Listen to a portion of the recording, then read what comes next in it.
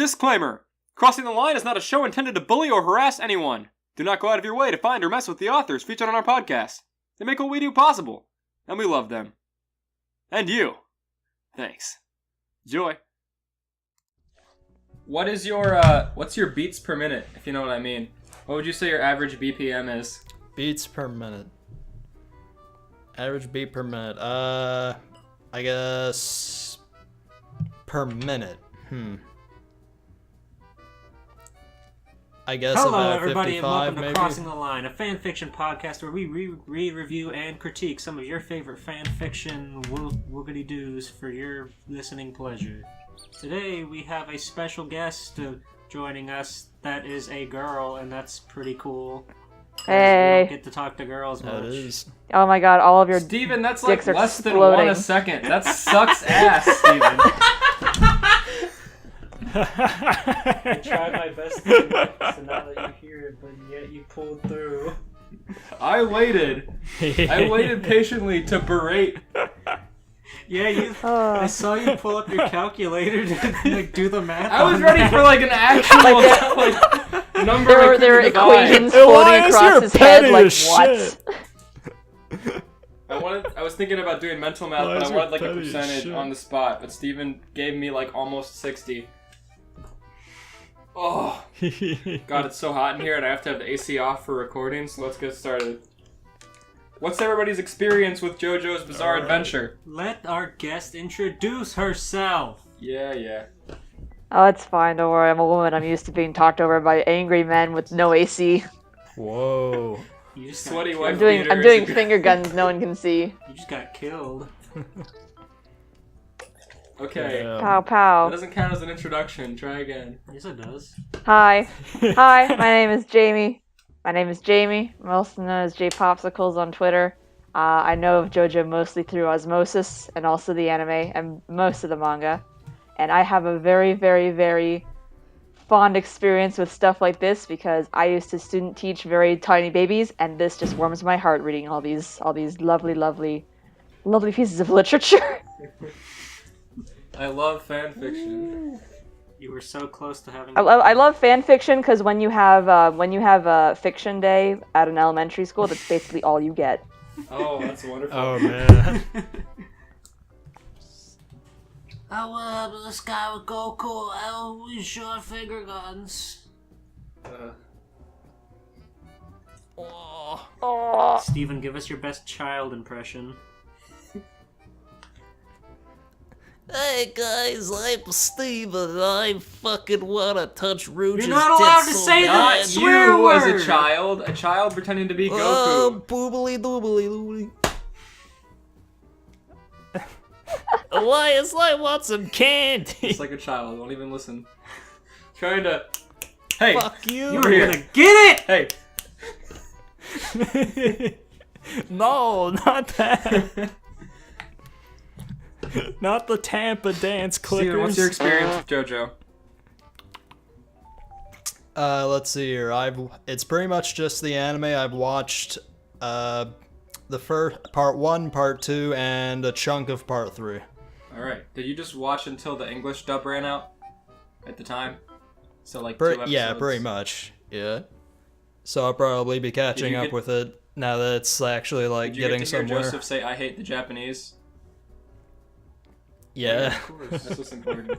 Of course, that was my favorite Super part. meta. The part where Joseph is freaking, woman, you give me a real bed. I am not sleeping on the floor again. We don't have real beds here, sweetie. I hate the Japanese. Just this deep-seated racism. Yeah, that's what we're all here for. My JoJo knowledge is exclusively from the Yeah. English dub, almost entirely to antagonize my friends who say the Japanese version is so much better and I should watch the Japanese version. I'm offended right now. Why? I've actually never seen any of the English dub. The only English dub that I saw was the original OVA in the 90s. I watched George's face. Which I actually have the animated cells hanging on my wall. Whoa, from the OVA in the 90s?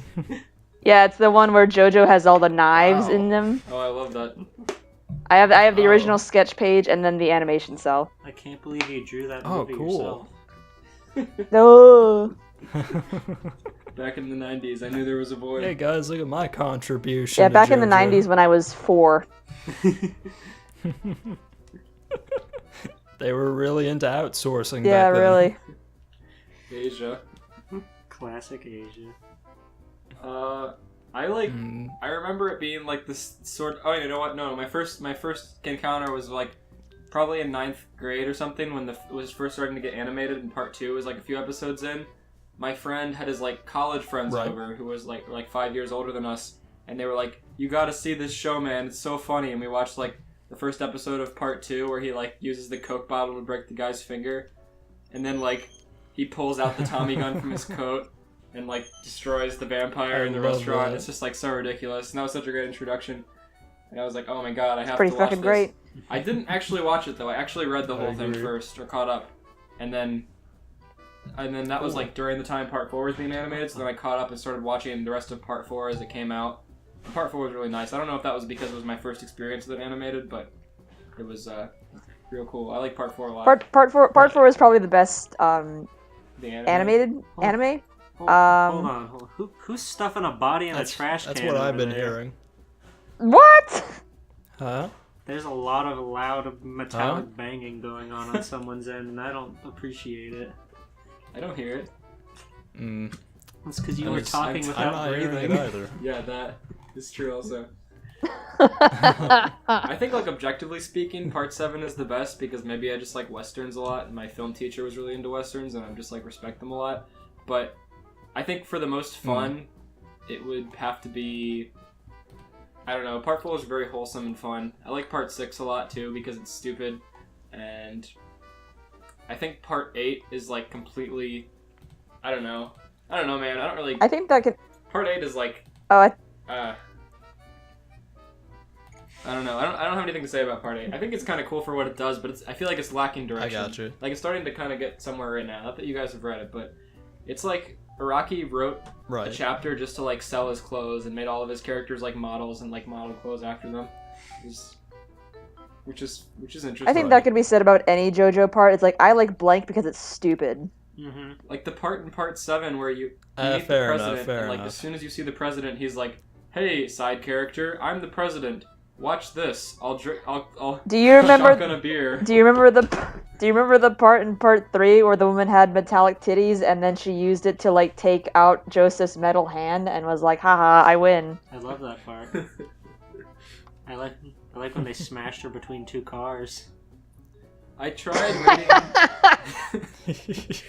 reading Part 5 before there was a colored version and like a good scan, and Part 5 made absolutely no sense because like the scans were really off, and there's a bunch of like really hard to like understand things that happen. There's a part where like Giorno gets poisoned, so he makes Gold Experience a snake, and then makes the snake drink his poison, and then the snake creates an antidote in his body, and then he absorbs the snake into his body, which cures him.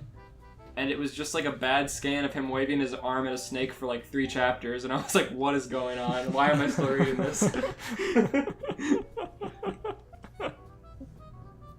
But that's a lot of what it is. I was so happy to see the Part 3 animation of like Polnareff stabbing those fiery dimes with his sword and like making a clock with the fire to like time out the battle with him and Abdul.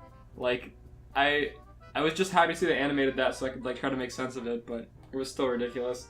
Yeah. Do you remember the guy whose stand is like a second skin and then he makes himself look like Kakyoin and then Kakyoin like jiggles some balls in his mouth to threaten Jotaro and Jotaro's like, I ain't having it, and then punched him in the face. Yeah, that was And then cool. the stand tried to take over his skin. Man, JoJo's fucking weird. I ain't the having puppet it. stand. Now, ain't that just a description of Like the puppet stand Jotaro? that, like traps one of them under a bed, and then he like jumps and he's like trapping the puppet or something, and like the whole dynamic of that fight just gets flipped for like sake of plot for no reason. I like how Polnareff has a whole lot of episodes. Polnareff's cool. Polnareff's the best. Do you He has remember the way part too in many part 4 episodes. where there's a stand that's made out of water and then it goes down Josuke's throat but Josuke swallowed like a ripped up condom. So fucking Crazy Diamond just pulls out the condom with the water stand trapped inside of it, and then they just slingshot it across Japan, and that's how they beat the stand. The infamous scene. And Jotaro's watching this is like, holy shit, this guy's beef. This guy is beef. Oh my god. We could go on forever about this, but I want to talk about more about later parts, but I don't want to spoil it for the people that are watching anime only, like where Josuke like breaks a motorcycle in midair and then reconstructs it on the other side of the body. That is real cool. Really stupid. He's like a baby carriage while he's riding this motorcycle, which is supposed to be going 85 miles an hour, and he jumps in the air and destroys the motorcycle, and then all of the shrapnel like flies in the air above the baby carriage. He could have just jumped the baby carriage with the motorcycle since he clearly jumped over in the air with it, but no.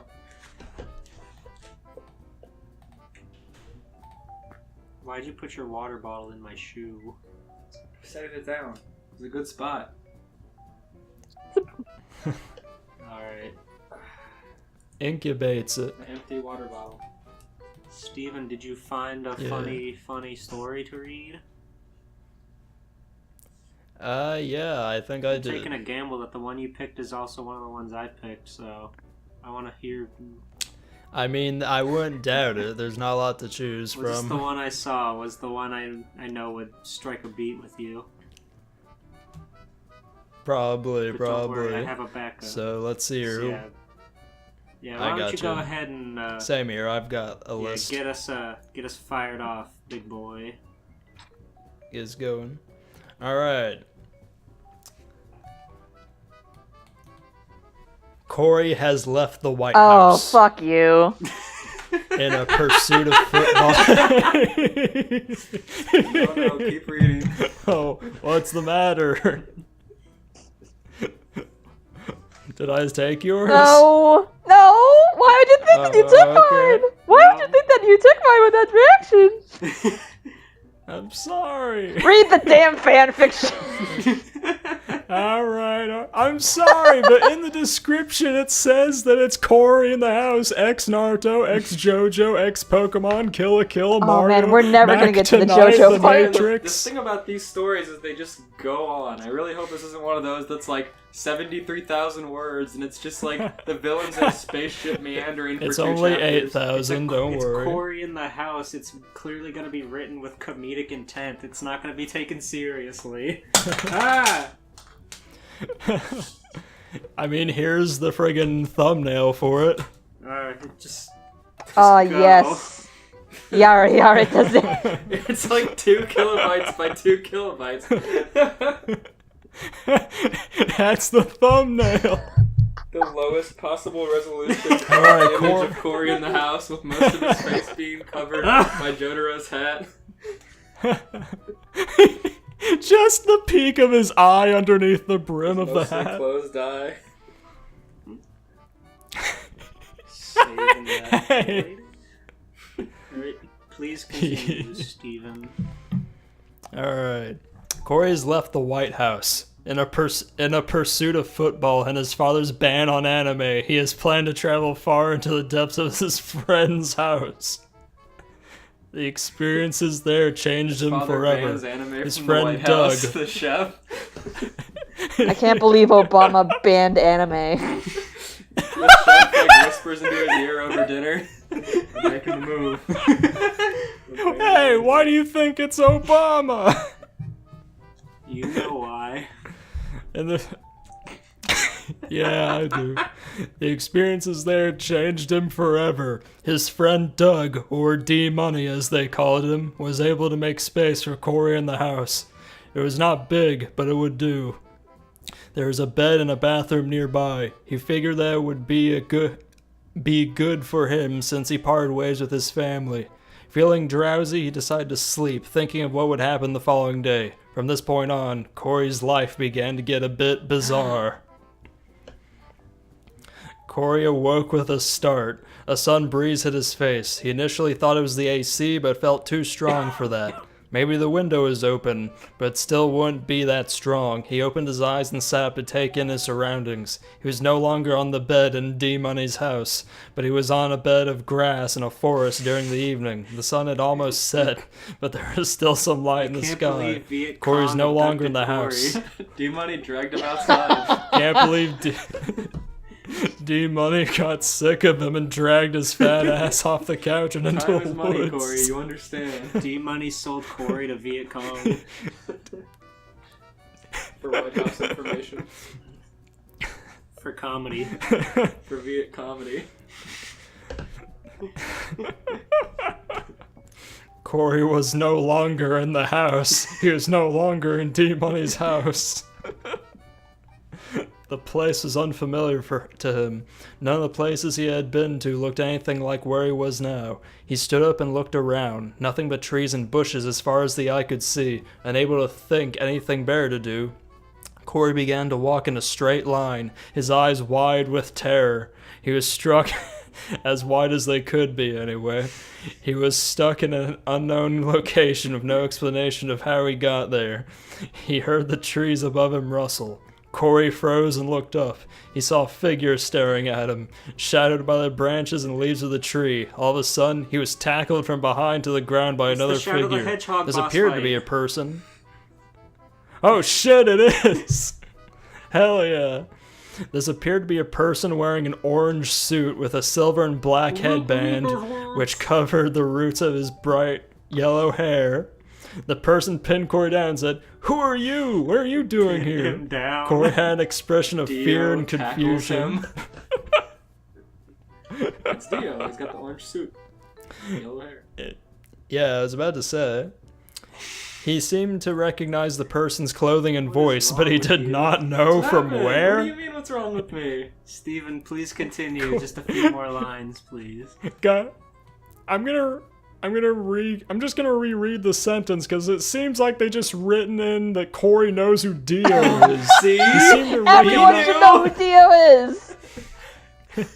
Corey had an expression of fear and confusion on his face. He seemed to recognize the person's I told clothing you. and voice, You but he were did not supposed to know from know. where. Where was that arc in Corey in the house? I need to watch that shit. JoJo's Bizarre Adventure. Oh my god. Dio used the The world. epic but Cody conclusion is to the part world. 2. Cody is the wild. Corey is one of the pillarmen all this Oh time. god. He was able to turn his head and get a better look at the person above him. His eyes widened as he immediately recognized who this person was. Oh my god. His eyes widened as he immediately recognized who this person was. Naruto. Corey was in disbelief when he was suddenly shocked back into reality. "Answer me!" Naruto acclaimed, shaking Corey and applying more pressure on him. "Calm down, Naruto," said the figure still in the tree as it jumped down. Goofy? Corey's now... I know. Calm down, Lord. Gosh, Corey. Calm down. I believe I thought Naruto was Dio. They have Me the same too, outfit. I got mad. Listen, they're very, very Yellow. similar. Okay, They're very similar. I guess One you're wears right. blonde and one is blonde and wears orange. The other is blonde and wears orange. One of them has super crazy power. Oh, I guess they are kind of the same. One is like 4 feet taller. Corey's from the Leaf Village. That's what Shippuden's for. Cor- Naruto grows 1 inch in Shippuden. Corey in the Hokage. Corey in the house Shippuden. Boruto's dad. Corey's the next Corey's Hokage. dad. Corey names his son God Corey damn it. also.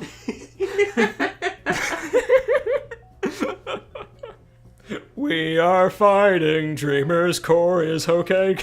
Okay, Hokage. Corey. I love the Japanese. Corey is now able to tell who the figure was by his raven dark hair, blue shirt, and silver headband. Sasuke. His face can... Sasuke is goofy. His face conveyed Very a Sasuke mixed movie. expression of fear, confusion, and excitement. His stupid He was dog scared ears as he are knew done what up like these anime two were. spikes. They're tied around his head in the front, painted silver. There was an episode of House of Mouse where Goofy tried to get a different hat and they went to a hat store. It's like he did there, but he got a freaking headband from the Leaf Covers Village. his eye, he doesn't like a unibrow.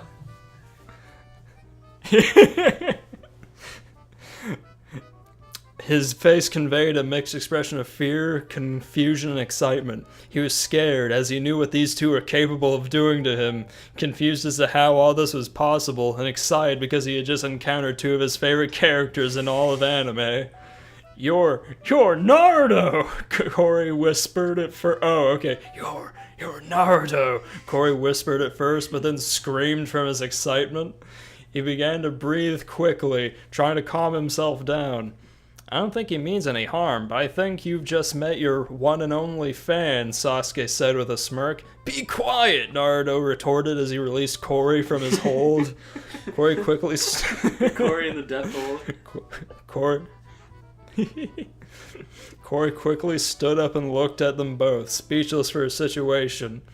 All of this seemed too bizarre, but he didn't question it. He didn't want to question it. He wanted this day to last forever. Teach me to be a ninja, please, Corey pleaded while they looked at each other in confusion. Right to the point. I'm afraid we can't. I'm afraid we can't, Sasuke began. Sasuke says. Naruto nodding in agreement. This ain't allowed to be ninja trained. Oh my god. You know, he's got a That's point. not in the I've story, never though. seen any non-remotely white people. Only in the Sand Village. I guess you're right. Oh wait, which one's the Raikage from? That's the Stone Village, right? Yeah. Yeah. Okay. Ninja training is dangerous, and just practicing it will bring danger your way.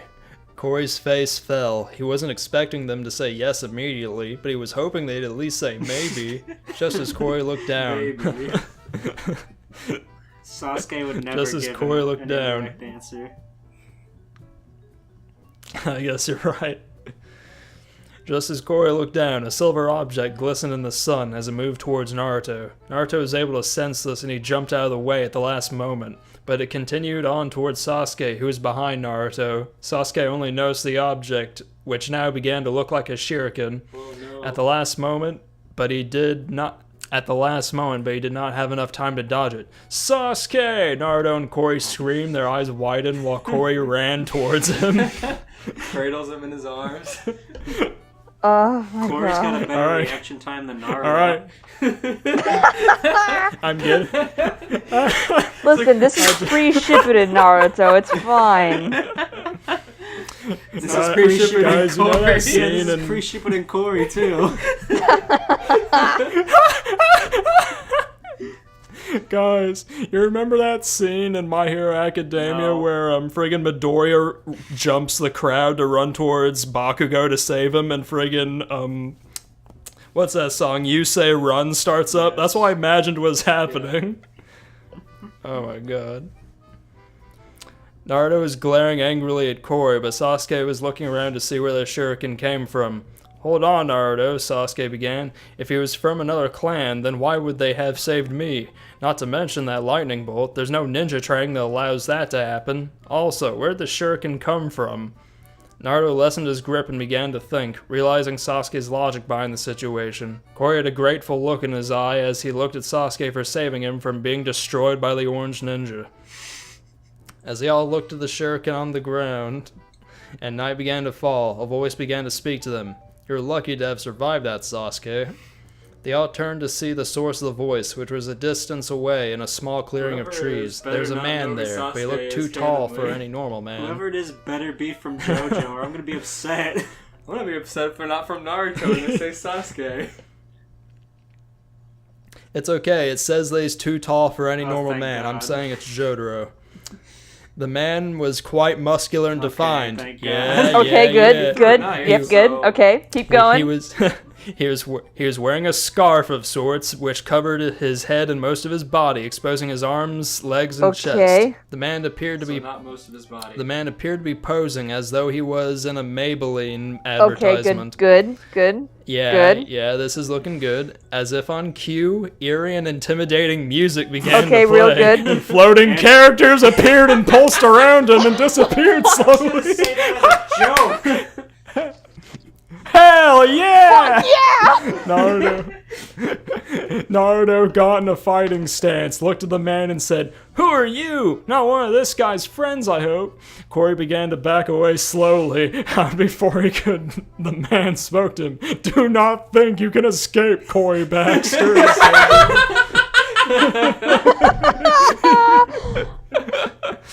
Corey froze as he thought he recognized this man too. The voice,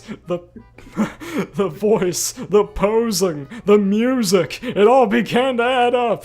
He now knew who this was, but it made absolutely no sense now. The man was Cars, one of the pillar men from Jojos Bizarre. My Cars! He's challenging the ultimate life form. Oh my god, you're right. Fights with ninja children. Cars, don't you have anything better to do? Cars is like hunting down Corey He knows Baxter. him by name. Information on the White Cars House. knows him by fucking name. Oh my god. Corey's gonna turn into a gross chimera Corey's more- man like Cars. Corey's now confused more than ever at this point, suddenly appearing in a forest, meeting Naruto characters, and now Cars' entrance. He was wondering what was going on, especially how Cars knew his name. While he was very confused about the whole situation, a part of him just wanted to stop questioning it and enjoy being with some of his favorite anime characters. Corey decided to forget about reason and just enjoy it while it lasts. With this, his face became more serious as he looked at Cars. At this time, Naruto and Sasuke were getting ready to fight Cars. "Ninjutsu!" Naruto yelled as he made ordered motion with his hands. "Flying jutsu!" Sasuke yelled while doing similar hand motions to Naruto. Both of them began to radiate some sort of energy, Naruto's being orange and Sasuke's being blue. The orange ninja bolted towards Cars at incredible speed, both arms extended behind him, and the blue ninja began to fly in the air quickly and followed Naruto. Meanwhile, Cars, while still posing, smirked and put his arms down to his sides, unfazed by their approach. He extended a large and sharp blade from each of his forearms. Just as Naruto approached him, Cars dashed forward even quicker and managed to strike him with his blades. The orange ninja then froze with the energy beginning to fade. "Naruto!" Sasuke screamed as he flew down to help his friend. Cars stabbed Naruto. Corey then saw something shiny in the bush next to him and walked up to it. The thing that was shining was a long uniform jacket with a chain on it, and a matching hat with 2 pins in it. Corey recognized- meanders over to a bush and says, "What's this?" Naruto's dying and you have Corey's ADHD, like Corey! penguin walking over to the bush, and he's like, "Oh, something shiny over here." And this is the Cars before Oh, Shippuden too. Oh, here, son, here in the bushes. I need this. Naruto's Corey- getting stabbed and screaming. Sasuke's flying around, leaving a blue streak, doing nothing. He's doing the Chidori at nothing. He was like, Just like in the video this games. could be pre-Chidori Sasuke, because he was like, I didn't see any. Where'd that lightning come from? I don't know of any lightning techniques. Oh god, yeah. you're right. Oh, no. This is like they literally just episode 1 Naruto. Episode 1, Corey in the house. Characters meant to be. Corey recognized this too, but he decided to forget about it and put them on. He immediately began to feel annoyed with the situation, and he walked up Powers. to find where Sasuke. He took Jotaro's Puts it on, he's like, yeah, Oh. Yeah, that's why his icon has his hat. That's why he's annoyed. This is great. Oh my god! Where Sasuke, Naruto, and Cars were. Yada yada, Corey began. You guys are taking this way too seriously. Oh my god. Cars then posed and said, "Oh yeah? Well, Corey Baxter, how could you add to this fight? How could you have the strength to go up against the mighty Cars?" Corey stared at Cars, pulled out a small red and white ball, pointed at him and sighed, "Yada yada." Jesus Jesus Christ. Yada yada. I thought he was Just I thought you were gonna then, say he threw the pulls out a ball gun. and I thought you were gonna like pull out a knife. Or Oh something. no! Oh no! It's something much more powerful. Corey just. Guys, I just read the next sentence. You're gonna be mad what this I know is. what it is. Corey, I'm gonna. Just then, he threw the ball, and out of it came a large yellow mouse with a jagged tail and red Go cheeks. fuck Corey off then my pointed ass. at cars and shouted, Why "Thunderbolt!" do you need the jacket to do that? That's where the Pokeballs were. Sticking Oh out of my Jotoro's God. fucking Jodo- pocket, They shrink. poking out. Jotaro had a Pikachu this whole time. That's That was the source of his power. It's his stand. He's so annoyed he doesn't even have to fight anymore. He saw Corey saw a then dirty hat and jacket in the bushes and just got possessed. He went into a He trance. has serious ascended. OCD. Oh my god. Corey then pointed at cars and shouted, "Thunderbolt!" The mouse jumped into the air and began to charge with electricity, and then it launched it at Cars. "Pika!" it cried as it launched his attack. Cars was hit with the lightning attack with such force that it launched him into Oh, space. not again! Cars Oh was- god! He hates space. Cars was froze. Cars was frozen and trapped in ice that and easy. space. Sasuke was in awe. Sasuke was in awe as he was cradling Naruto's wounded head in his lap. I forgot he's dying. Sasuke started jumping around and then goes like, Pikachu just blasts him into space. Jotoro's got a high-level Pikachu. For all of the nonsense in Naruto, nobody's ever been blasted into space. Unless that's how Shippuden ends. I stopped reading at the Ninja War. Fuck that arc. Oh my god. That 1/3 of the entire series. Good job, Pikachu. Good job, Pikachu, Corey said as he swiped his finger across the brim of his hat and looked down. He then felt a slap on his face as the sun suddenly rose. The rising sun was followed by a fight took scream, the seemingly entire to night? come from everywhere. Yeah. What? It's set and rose in the course of him appearing Cars. He was slapping him around for 6 That was hours. a long He's fight. stabbing Naruto over and over again for 6 hours. He was looking in the bushes. He's looking Corey around. went on a scavenger hunt Corey and was got wrestling bored. around while Naruto was getting stabbed and It Sasuke was was flying dark. around. He saw something glint in the last leg of sunlight and he was trying to find it. All night. Sasuke kept Chidoring around up in the sky. He couldn't find Cars. Keeping it bright enough for everyone. Corey got really annoyed. He was just cranky because it was late. It's like 4 Big a.m. boy's gotta go to bed. Squinted, tired eyes. The rising sun was followed by a scream, seeming to come from everywhere. "Corey!" it said. Just then, Corey woke up and his dad walked in. He said that Corey needed to come back with him now. However, Corey denied and stated that he wanted to continue playing football. Corey. His dad responded by saying that the President of the United States will allow him to play football back at the White House. This got Corey's attention and got him thinking. He imagined what it would be like there. Corey imagined that it would result in him ending up like the dream he just Corey, had. you gotta stop Corey jacking decided off that in bed it and then would falling asleep without cleaning up. Corey fell asleep in his gotta house. stop watching anime or before something. His bed. dad came to get him up and he's like, I want to play football, Dad. He's just like woke up. And his dad's like, you can play football at the White House. And we're back at the White House, son. No, it was episode 1, Oh, Corey. At his lowest rate, and Eddie was that strong. Was that the end of the story, Steven? It's the end of chapter 1. What? There's more chapters! That was chapter 1, Corey out of the house. And then the next chapter 2 is Phantom Crusaders.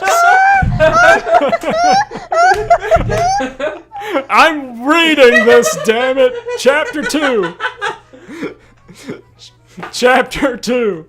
Corey has left the White House again since the president's Meandered ban. out again. Security's gotta keep a better eye on that boy. This like small child just entering and leaving the White House as he pleases. It's his house. We're just living in it. We live there. Since the president's ban on anime, he left the house so he may use Crunchyroll without committing a federal offense. He like went 2 doors down and he's milking off an Xfinity hotspot. There's like a net nanny on this Crunchyroll Oh my god. net browser at his house.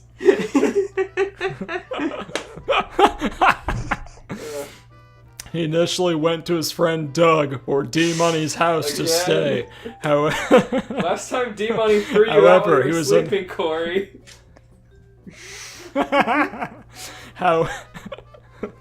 However, he was unable to let him stay, since his parents had grounded him for using outdated memes. Strict parents. With nowhere to go. I want to be just like his parents. With nowhere to go. With nowhere to go, Corey just began to walk alone. Without one friend. He left the city. There is nothing else I can do. Without a friend within convenient walking distance. D-Money just doesn't want him there. He made that up.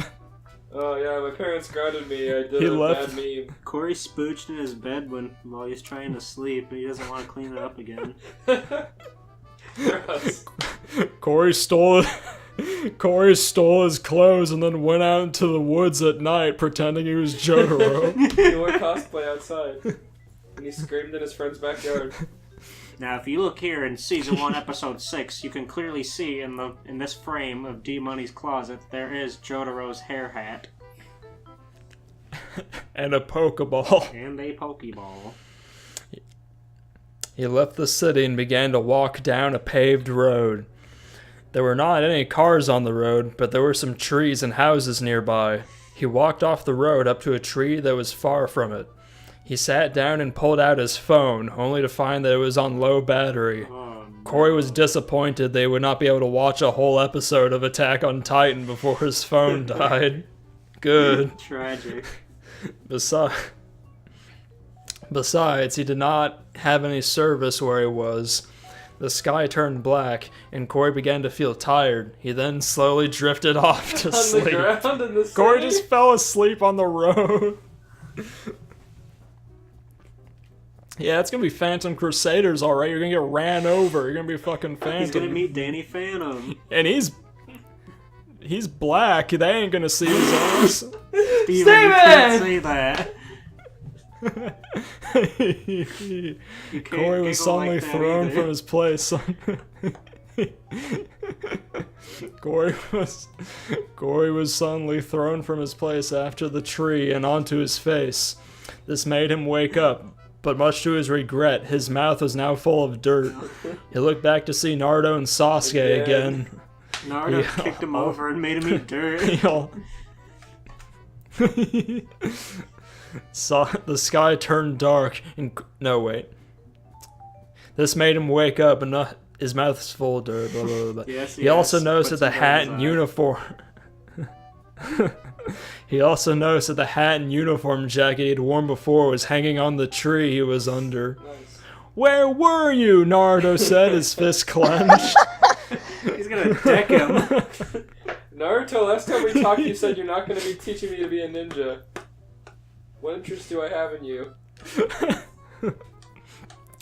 Corey, it was dark outside. We couldn't find you worth shit. We looked for hours.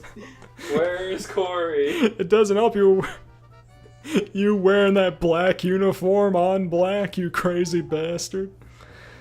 Sasuke then spoke. As soon as you left, some other person appeared and started to take control. Oh wait, I skipped a friggin'... Never mind, sorry. Jesus. Corey assumed that he had hit him, which woke him up.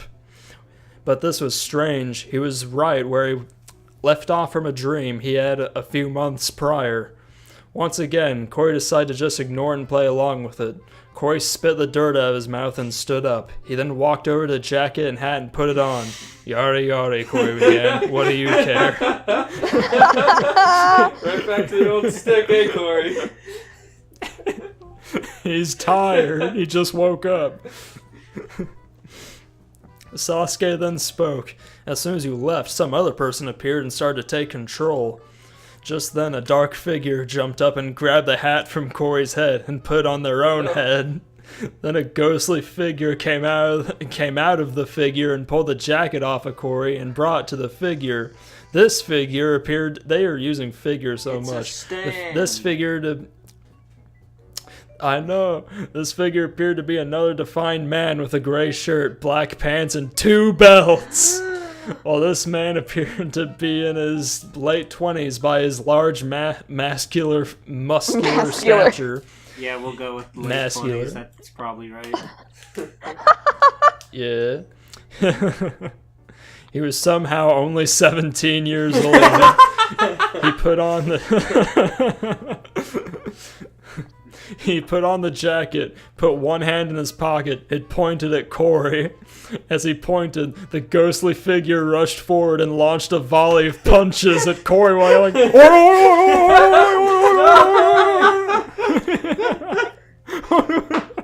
He was helpless! No! He couldn't stand a chance! He took his Pokemon. He couldn't fight.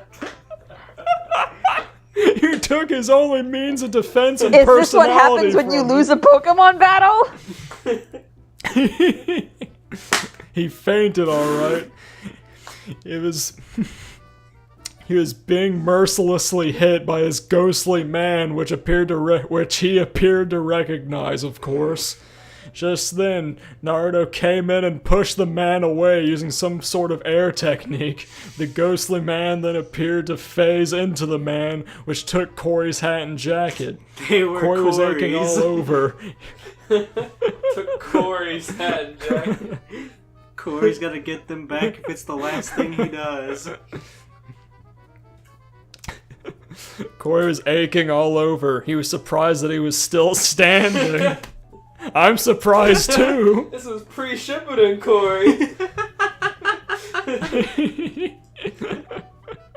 Oh my god. Was this before or after he took his weights off at the tuning He doesn't exam? know how to go one for all yet. Here.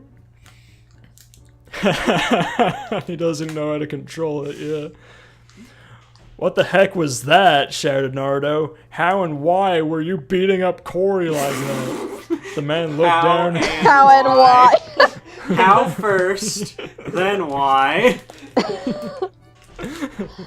That is pretty cool how you hurt that black guy with a ghost. Naruto's gotta learn the smooth moves before anything else. Yeah. The man looked down and sighed. Yada yada, he took my jacket and Oh, hat. yeah! I just set them down for a moment and I come back to find some jerk wearing them. Set them down in a tree. Why would he set him down for? That's all he wears. Oh my god. There was a moment of silence between the four of them. The man broke the silence. Well, aren't you going to show me your stands? He asked, as if he were provoking them. What, you don't have stands? Jotaro just showed up and beat up a child and asked him to whip it out. It's okay, Corey's still standing. He obviously didn't take it that hard. Corey's like, ow, who are you? My jacket.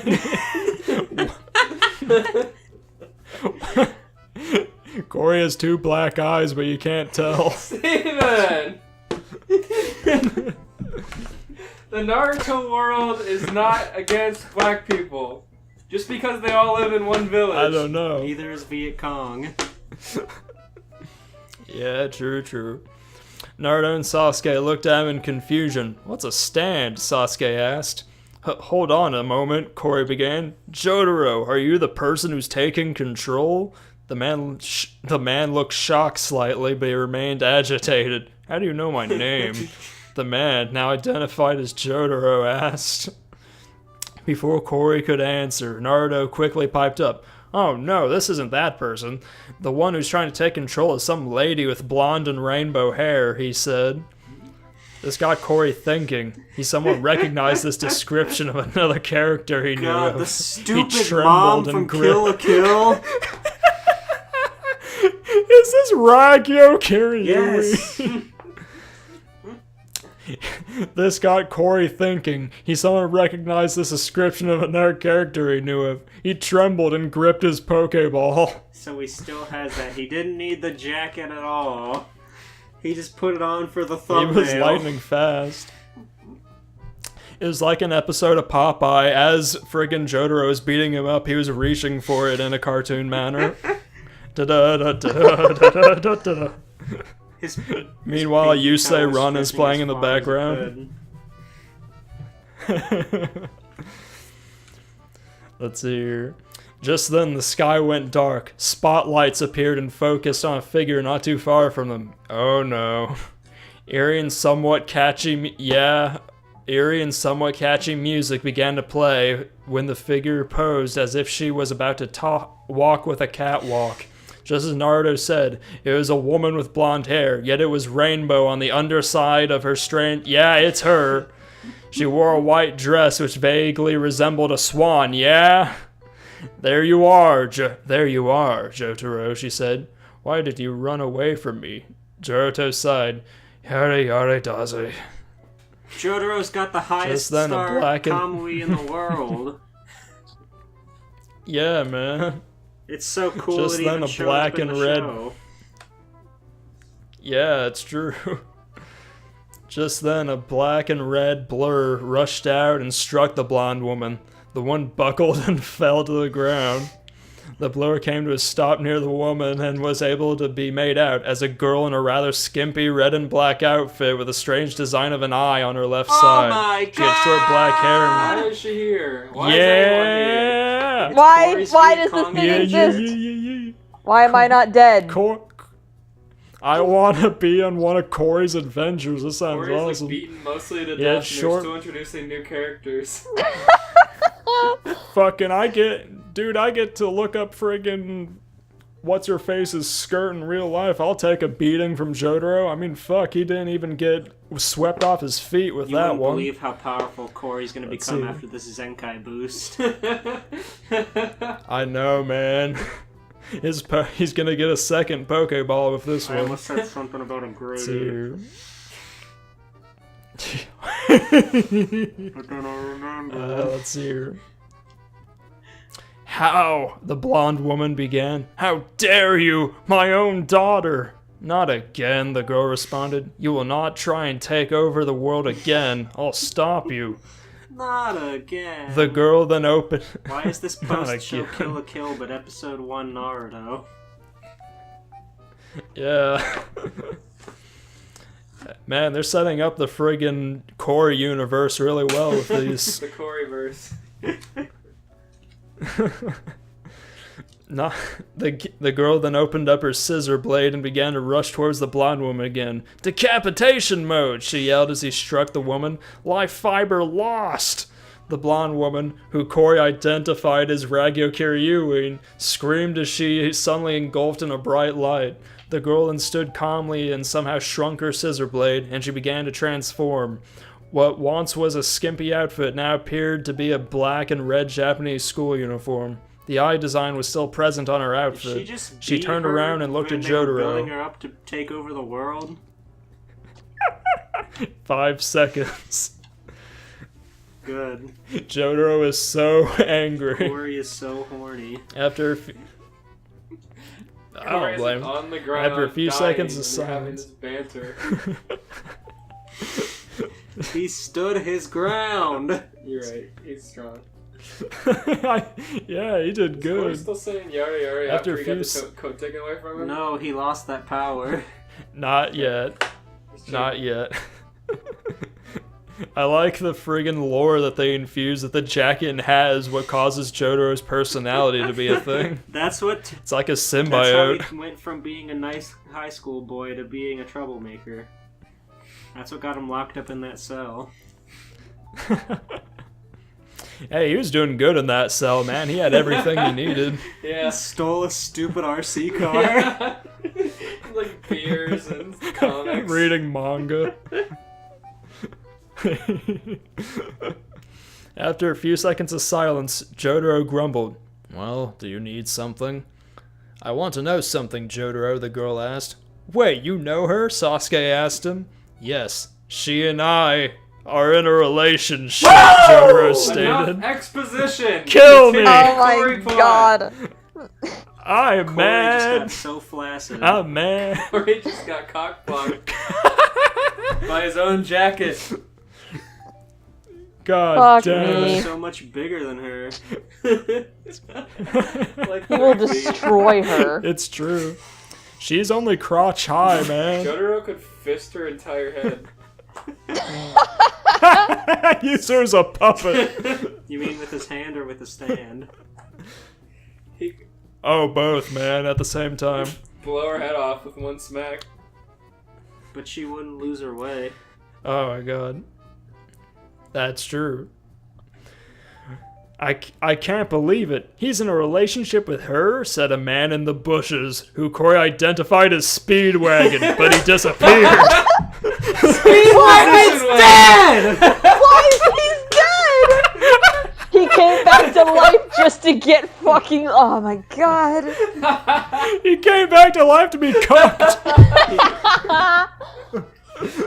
He was looking for that high school pussy. Oh my god. But Jotaro got him on Oh. the tripwire.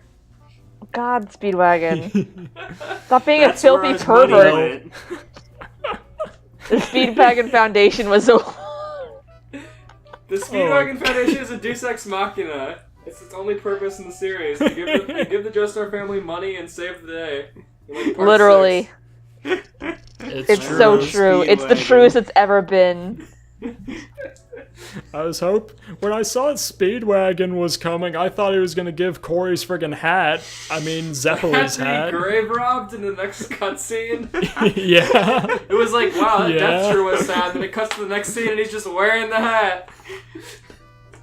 All hunky dory, like in a friggin' Disney Damn, that ending. was a sad death, but at least I got this cool hat. The Speedwagon arc is indeed a good one. And thus A happy ends the ending. Speedwagon arc. He got cucked and went back to the Well- beyond. well, he spoke the truth, Corey said. How could he be in a relationship with Ryuko Matoi? Naruto and Sasuke looked at Corey in confusion. She's from the anime Kill la Kill, Corey stated, as if it were common knowledge. Know it all. Little As if fucking- Naruto and Sasuke know what I anime say- are. They barely had VHS in their time. What's a man. kill a kill? Who is this man? Who are these women? Why are they even here? Who was that guy Why in the did Naruto bushes? and Sasuke added to the scene at all? They They're helped the him fight Speedwagons of this arc. Yeah, not really. Naruto just got stabbed. Naruto took a bullet.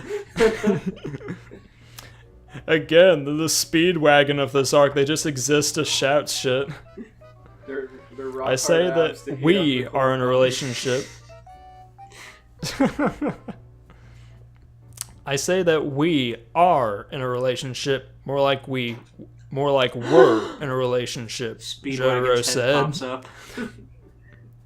Oh, Corey's fucking neck is exposed for the first time. Cranes his neck. He cocks his eye. He can't, his eye's always cocked. He's in a permanent state of skeezing. He's always Skeezing. chill. Don't say that! Skis! He's always chill. He's always I have to having a good remember time. that. Holy fuck. Oh, George, I'm gonna say skis so much when we move in. You can't steal my way of life. George, when me and Elias get up in the morning, we're gonna kick our doors open and yell skis as we come We're gonna to put our make faces into breakfast. from each other and smile and say skis really loud and wake George up every morning. I'm gonna kick you out. We're not even. We're just gonna make a bowl of cereal and then just flip it over in your lap and go back in our rooms. I dropped my phone. Oh shit. She's from the anime. I say that we are in a relationship, more like we're in a relationship, Jotaro said. But Jojo, you want me back, right? Ryuko asked. You know why I broke up with you? But why? What did I do wrong? You ain't thick enough. It does not say that. What? No, you're a liar. He does. Is it? That's is a it? damn Is it with lie. 2 C's? Oh, Yes! This is great. When was this written? I need to look at Jotaro's that. got his priorities straight. Oh my god, this is published in February. What? This is good. How? Hell yeah. Who has done this? This is great. She ain't She thick was enough. You're You ain't Your thick limbs are like enough as he pencils, like points a his snap giant anymore. finger in her face. Ain't. I could snap you like a twig, girl. more like were. Girl, look at those skinny arms. I could smoke those arms. She was shocked to hear this. She had always thought she was significantly thick. However, it seemed Jotaro thought otherwise. Thick enough. What this is all about? That's what this is all about? Ryuko screamed, her face full of anger, with tears welling up in her Ryuko, eyes. just pack on a couple pounds. It'll be fine. Seriously, just eat some cake. Go to Osaka, like in that one friggin' scene. Night fell. Ryuko was staring at Jotaro in disbelief. Night fell. Wait, she's been what? It was already night! Night fell again. No, it started at night, then it's the next day, and she's still been staring at him, being like, why doesn't he like me? Maybe I should eat some more cake. The night's just consistently Fucking- falling. Fucking glaring at him with her gear pupils. Oh my Oh my god. god. Ryuko is staring at Jotaro in disbelief. Jotaro is looking down, his eyes covered by the brim of his hat. Suddenly, the menacing letters appeared Yes! once again, just as they had done for cars. Oh god, is it Dio? Another- I hope it's Dio. Another figure with short blonde Yes! hair, a well-built body, Yes! and posed in a is he similar doing fashion here? to cars. He's putting a stop to it. We've got like 6 characters. What are you doing? He's gonna Already. steal his girl. 7 if you count Speedway. Jotaro in the bush. Kujo. So, Jojo, this girl's Jotaro not good enough Kujo. for you, is she? I heard that there was a girl who was not significantly thick in this woods. She shall be mine. You are a fool. Jotaro Kujo, Ryuko Matoi, Corey Baxter, you know who I am.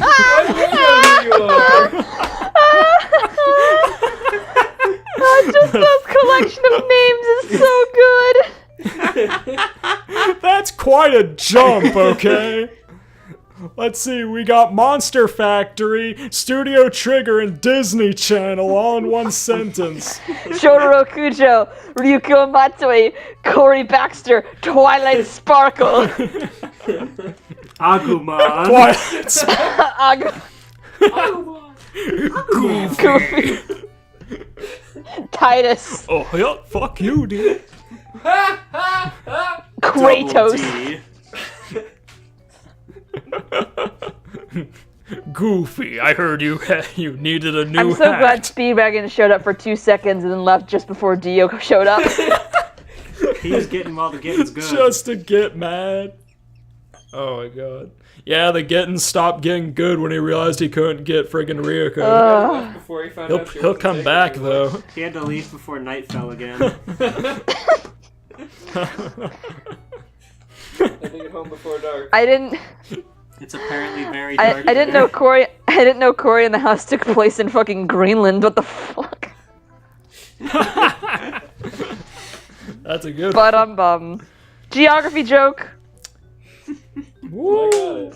But why is everybody there? Why is anybody in this scene? I didn't know. I don't know, Vietnam just was in kill me. Greenland. End my suffering. They're the Phantom Crusaders. They're crusading to Greenland. That's where Dio's Don't been you know- hiding, right next to Raggy. Oh, well, to be fair, it makes more sense for Dio to hide out in Greenland where there's no sun instead of fucking Egypt. Fair Where there's enough. mostly My God, sun. you're right. Fucking Egypt. Why would a vampire go to Egypt? I don't understand. He wanted to walk like an Egyptian. That's a good point. Oh fuck.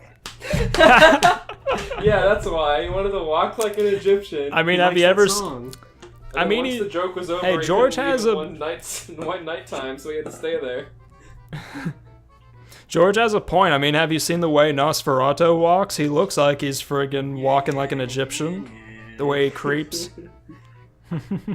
Go on. Jotaro Kujo, Ryoko Matoi, Corey Baxter. You know who I am, the figure said in extremely charming and charismatic. Okay. Jotaro Kujo, Ryoko Matoi, Corey Baxter. You know who I am, the figure said in an extremely charming and charismatic manner. He then began to speak in Japanese for some reason. Dio does not know couldn't translate Japanese. this He's English. He's Egyptian. I will defeat you all with my stand. You expected some other menacing villain, but it was I, Dio. Dio! Oh my god. Nobody expected anything else. Sasuke then asked, "What's this guy doing?" "Probably trying to take over this place, like those other two," Naruto responded, referring to Cars and Naruto and Raggyo. Sasuke have Oh been no, divided to Corey side began. characters. They're on par with Smokey right Oh now. no. That's true. Smokey! Oh no, Corey began. I don't know. I don't like where this is going. To be continued. No. The next God chapter. damn it. Chapter 3. There's 7 Oh my chapters, God. but my God, I just wanna love find this out so where the much. Dio I know, storyline like- progresses to. Me Can it too. just be All this? right, one more chapter. Christ. Oh, you want to do this? Oh my god. What? I'm All right. enthralled right now. I am like Yeah, Well, let's just me do this too. for 3 All right. hours. Me too. I'm more excited about the next episode Okay. of this than I am about the new season of Game of Thrones. Me too, me too. Mainly because I don't watch Game of Thrones, but anyway. Alright, Chapter 3, Brothers Adventure. Dio! Corey yelled at the posting man in front of him. Corey fucking stands up and points at him. Dio! Dio, you fuck! I will kill you, Dio Dio! with you. Go back to where you came from! I don't like you, Dio. I don't like that Japanese you speak. Dio use can't his speak stand. Japanese. He's English. He's from Britain. He never learned Japanese. It makes no Probably sense. never learned Egypt. Egyptian. Oh. Corey's gonna use his stand to call anime opening. God, holy fuck. Yeah. I want to know Oh what my God, I do. I was- Can we at least get to the part where we find out what the fuck Corey's stand is called? I want to see the Me result, too. I resolution am of Dio. genuinely. I want to see how quickly they The went next off chapter's Dio. called The Rabbit Hole. I want to see Speedwagon kill Dio. Oh my God. I wish gonna his. throw his hat. I hope his Guys. stand is called That's So Raven. I hope it's that like blonde guy from It Corey in is the so House, Raven. Whatever his name is. Oh, you mean D Money? I hope he just. Is that him? I hope Jotaro dies and he just That's takes his only jacket and hat and his stand. He's gonna take Speedwagon's hat, who we took from another dead man. Guys, chapter 5 is called The Sand That Gets Everywhere. Okay. We're not worried Oh, about God. chapter 5. Read where we. Yet. Alright, he gripped his Pokeball and prepared for battle against the I thought buff he was gonna blonde square up that vampire. way, but he's not gonna square up. He's gonna throw more animals. That's his stand. Yeah, you're right. Whole Corey Horse has a remembered that he gun, was Corey another has a villain from Pokeball. JoJo's Bizarre Adventure. Corey remembered that he was another villain from JoJo's Bizarre Adventure.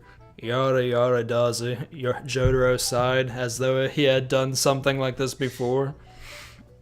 Sasuke yelled, "What a pain this is. First the guy Corey launched into space, then the rainbow lady. Now this blonde poser shows up." Who asked you, Sasuke? This guy could kill you. This blonde poser. What have you done, Could pause time Sasuke? and punch you in the To stomach claim so that he's hard a you poser. die, Sasuke. Man, Sasuke's pretty cool though, right? Oh my god.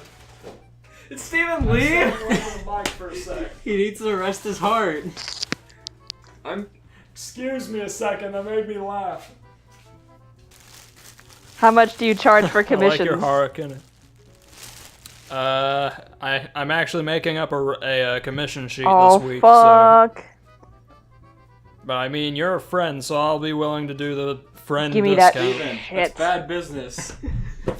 Crack the whip. It's okay. I don't need it.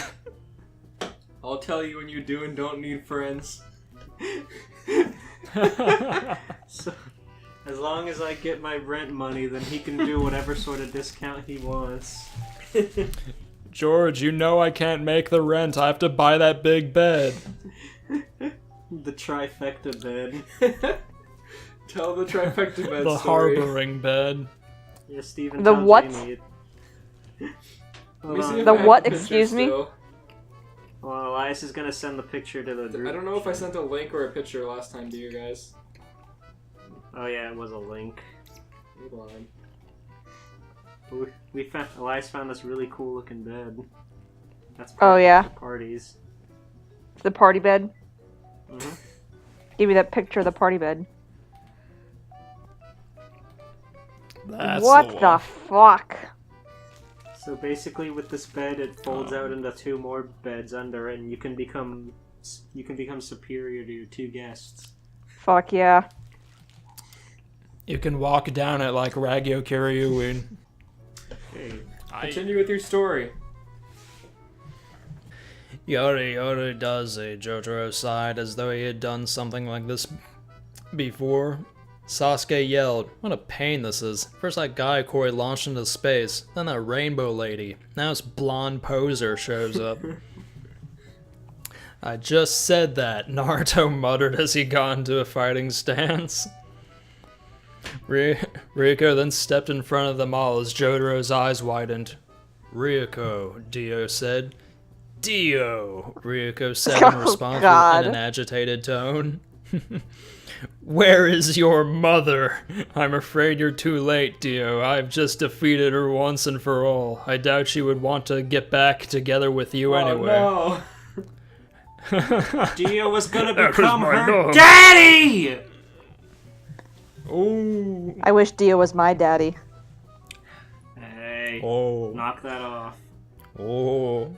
Oh. no! Hold on. How about you? I'm moving to the corner now. I'm in my shame corner. Oh, yada yada yada yada yada yada.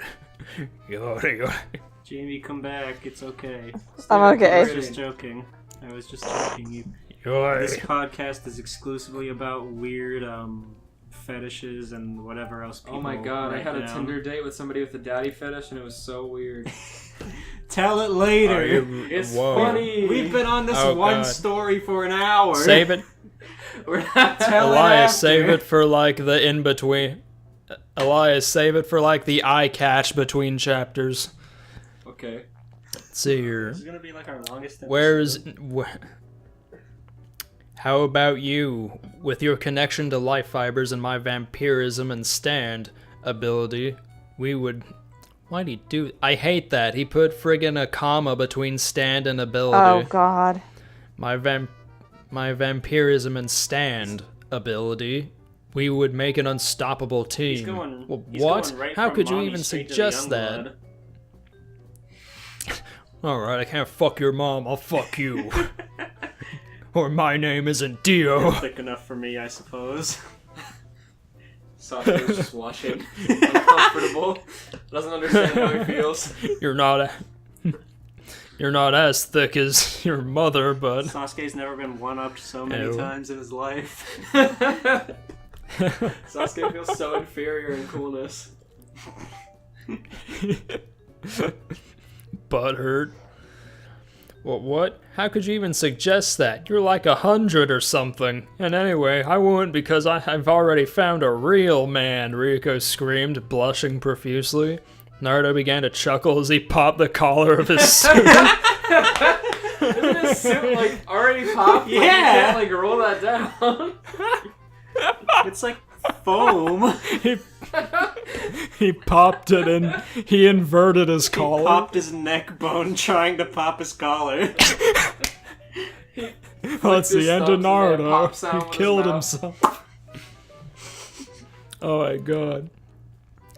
You misunderstand what I mean, Ryuko, Dio said in his charming and charismatic voice. I want you to join me.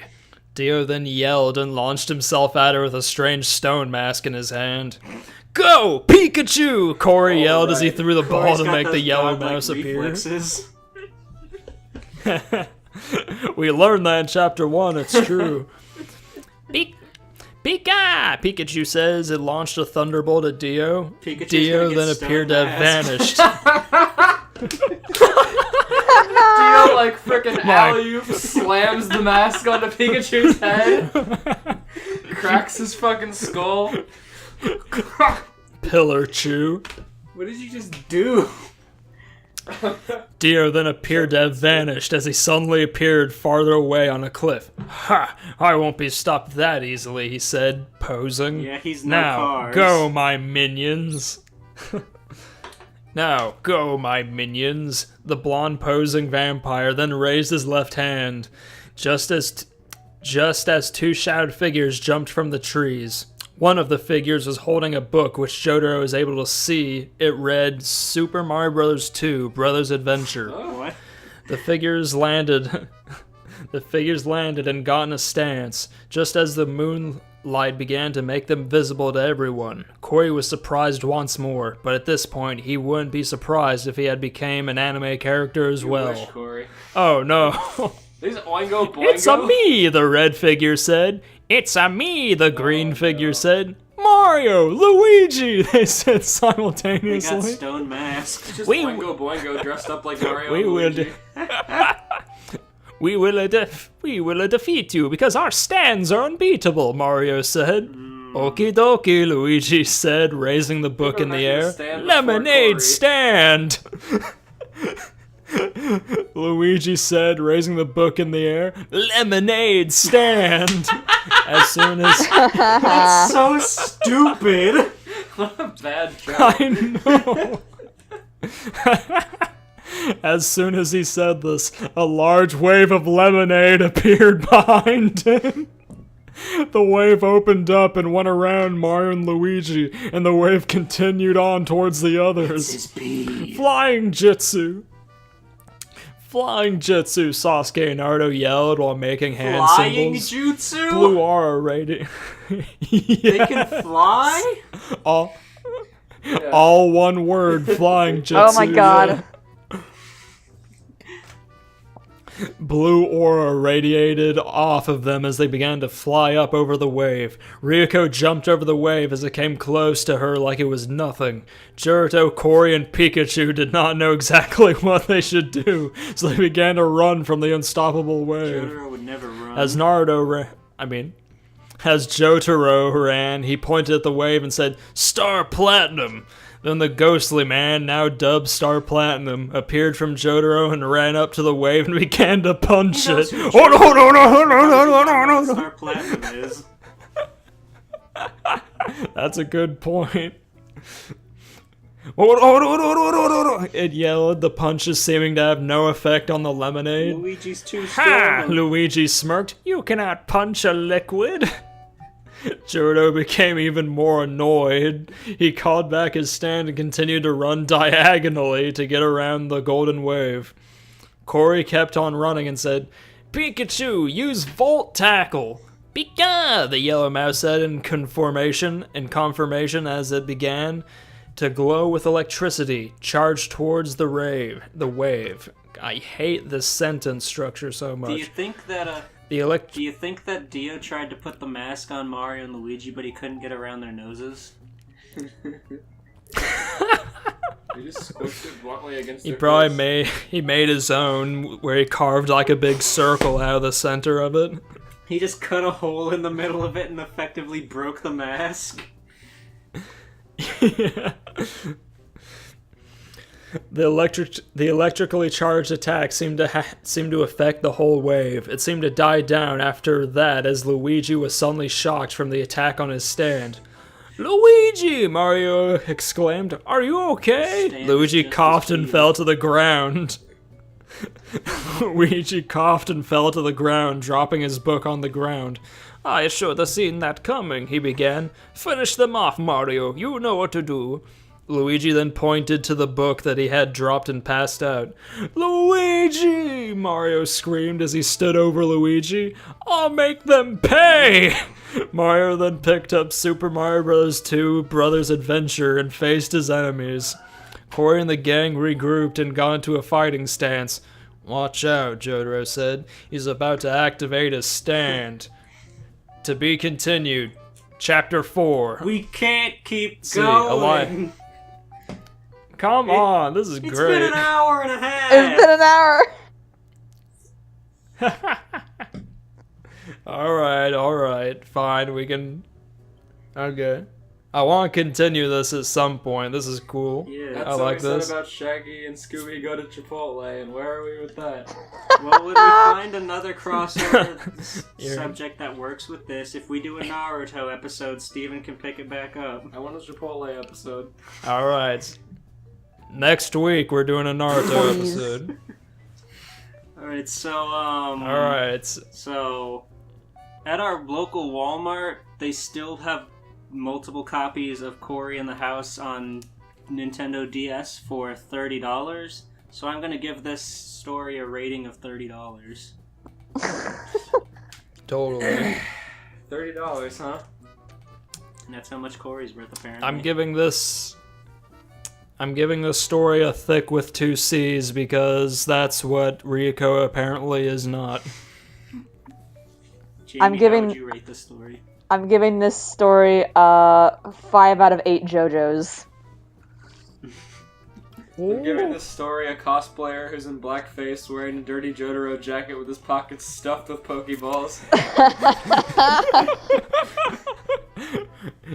Yada, That's how this does story it. makes me feel. God. Jesus. Oh. Hey, good friend Jamie, how about you bring your goods to the table? I will. Or at least I'll fucking try. Good luck Oh, topping man. that one. I know it's gonna be hard, especially because I'm like, ugh. It's gonna be so hard without knowing how it ends. Oh, man. A lot of times you get stories that just don't go anywhere, but that's fine too. That's fine too. always Alright, survive. here we go. Yep. Alright. Yeah. I was gonna do another one that was Naruto, but then I was like, I'll do this other one. Oh.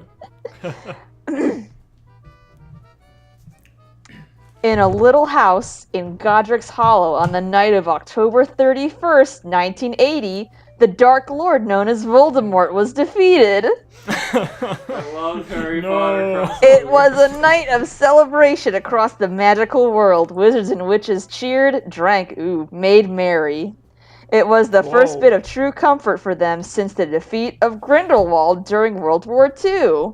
The events of this night would unfold and echo throughout time. On this night, This is gonna be Wizard good. World War II. ah, Wizard on 2. this night, on this night, the sole survivor of the Dark Lord's last attack was left on the doorstep of a Muggle family. This family was as ordinary as they came, but there was, as is true with all families, a secret buried in their closet. Or as was the case for Whoa. 5 years, buried in a cupboard. This is kind of... These sentences are too well crafted to be bad. It was the middle of June in 1985. The Dursleys had finally gotten settled in their hotel in Tokyo. God, I hate the Dursleys Dursleys. would never go to Tokyo. Are you for real? Mr. I hate the Dursleys It's so o- much. It's okay. That kid was like super edgy, like towards the Deathly Hallows. I'm sure he was going through We an gotta anime get the phase. plot moving somehow. Mr. Dursley was assigned to Yeah. make a trade deal for his drill company, Grunnings. What? And was given 2 weeks in Japan to do it. Of course, he brought his family, Whoa. but alas, with no one to watch his nephew, he had to bring the boy along. Boy was a kinder term to describe the child. In his eyes, he was nothing less than a monster, a freak of nature if there ever was one. Damn. Why his wife That's why his horrible. wife was asked to take care of it, he wouldn't know, but he had plans for this child. Just 2 days left for the trip, and today would be their best yet. Oh my god, this is amazing. That is great. Petunia, he whispers, careful not to let the children hear him. Petunia! Are you ready? Make sure those people can't find us here? Petunia Dursley was quite a sight, oh god, when Make Those sure those people, black people you can know, find us. the Japanese. Japanese. Do you think Mr. Dursley Here can in speak Tokyo. Japanese? They make me fucking sit on the floor and fucking sleep on the floor. That's Wow. why I hate I will the not Japanese. be sleeping on the floor again. Mr. Dursley, that sounds awful. Get me a real bed, damn it. Holy Go on fuck. about Petunia's hot little bod. Yeah, Petunia Dursley was quite a sight when compared to her husband, Vernon, that is. She was rather tall for a woman. What the fuck does that mean? She was rather tall for a woman and thin as a stick. Oh, she's not thick. Jotaro could never love her. Nah. All women in the never. 80s were under 5 feet tall. Yeah. Of course, her husband It's resembled true. a walrus or a beached whale, as the kids would say behind his back. As his children would say behind his back. And then he would That stick his is tusks true. into them. Oh my god. Oh, I got a Stick picture on. for this. Unlike Vernon, she grew up with a sister who could perform magic. Naturally, she wanted to learn, but she found better ways to spend her time rather than be in her sister's shadow, like being a whore. Vernon, we are too far for them to care. Once this is over, our troubles will be behind us. Holy fuck. Vernon gave a wicked smile after that. Far as his son Dudley and the freak knew, they were just going out into the city for some fresh air. The fucking freak I gotta bring everywhere. We had to stop This him little into a carry-on motherfucker. so we didn't pick up a ticket. Harry's been given a sock. my Harry is God. free. It's not Harry yet. You don't know that. Yeah, it's a freak. He's not a house elf. The four would go for a walk together, and after a while, they would lose track of the freak in the crowd. Vernon wasted no time in. We're just gonna dump this British kid in Japan. That's so evil. Vernon wasted no time in gruffly telling the boys that it was time to go. Everything would be perfect. The freak would be lost in Japan, and they would return one freak less. Perfect. Does that make Dudley a freak? What he could wants go to keep wrong? Dudley. Oh He man, loves Dudley. Oh, one freak less is in like no freak at all. Okay. no freak at all. Yeah. Harry Potter was one. not happy. I can't imagine why. He wasn't many things apparently. Intelligent, normal, sane, human, brave, or strong. Normal. Most of all, he was something. He was alone. Dudley had pushed him rather roughly when they were walking in a large crowd. Harry stumbled, almost tripping a few men in suits who seemed to shout at him in rapid Japanese. And when he stood up, he was lost. Oh no. He couldn't hear his family over the sound of the crowd and cars in the distance. He did the only thing that came to mind. He ran. That's the worst thing you can do if you get lost, kid. He ran as far as his legs could Seriously. carry him, right into someone. Hello there, are Very you alright? Tall man. Oh my god, if he meets Jotaro. Hello there, are you alright? Harry shook his head. Looking up at the speaker, he was greeted by a smiling face. The woman, oh, is it Lisa? Not The woman smiling down at Yeah, him was Lisa. not Japanese. She looked European to Harry, but he didn't have much to base that off. Wow, you fucking racist kid. It's Jotaro's hot mom! My name is Holly. What do you mean you don't have much to base that by? My name is From Holly. England. Holly Cujo. What's yours? From London. Huh, Harry Potter, he said nervously. Harry Potter! Oh. I love Holly. Harry. Holly X Harry. Harry, stop talking to that woman. Holly, It's gonna stop be like talking that. to that fucking Japanese boy. Holy shit. Oh my god.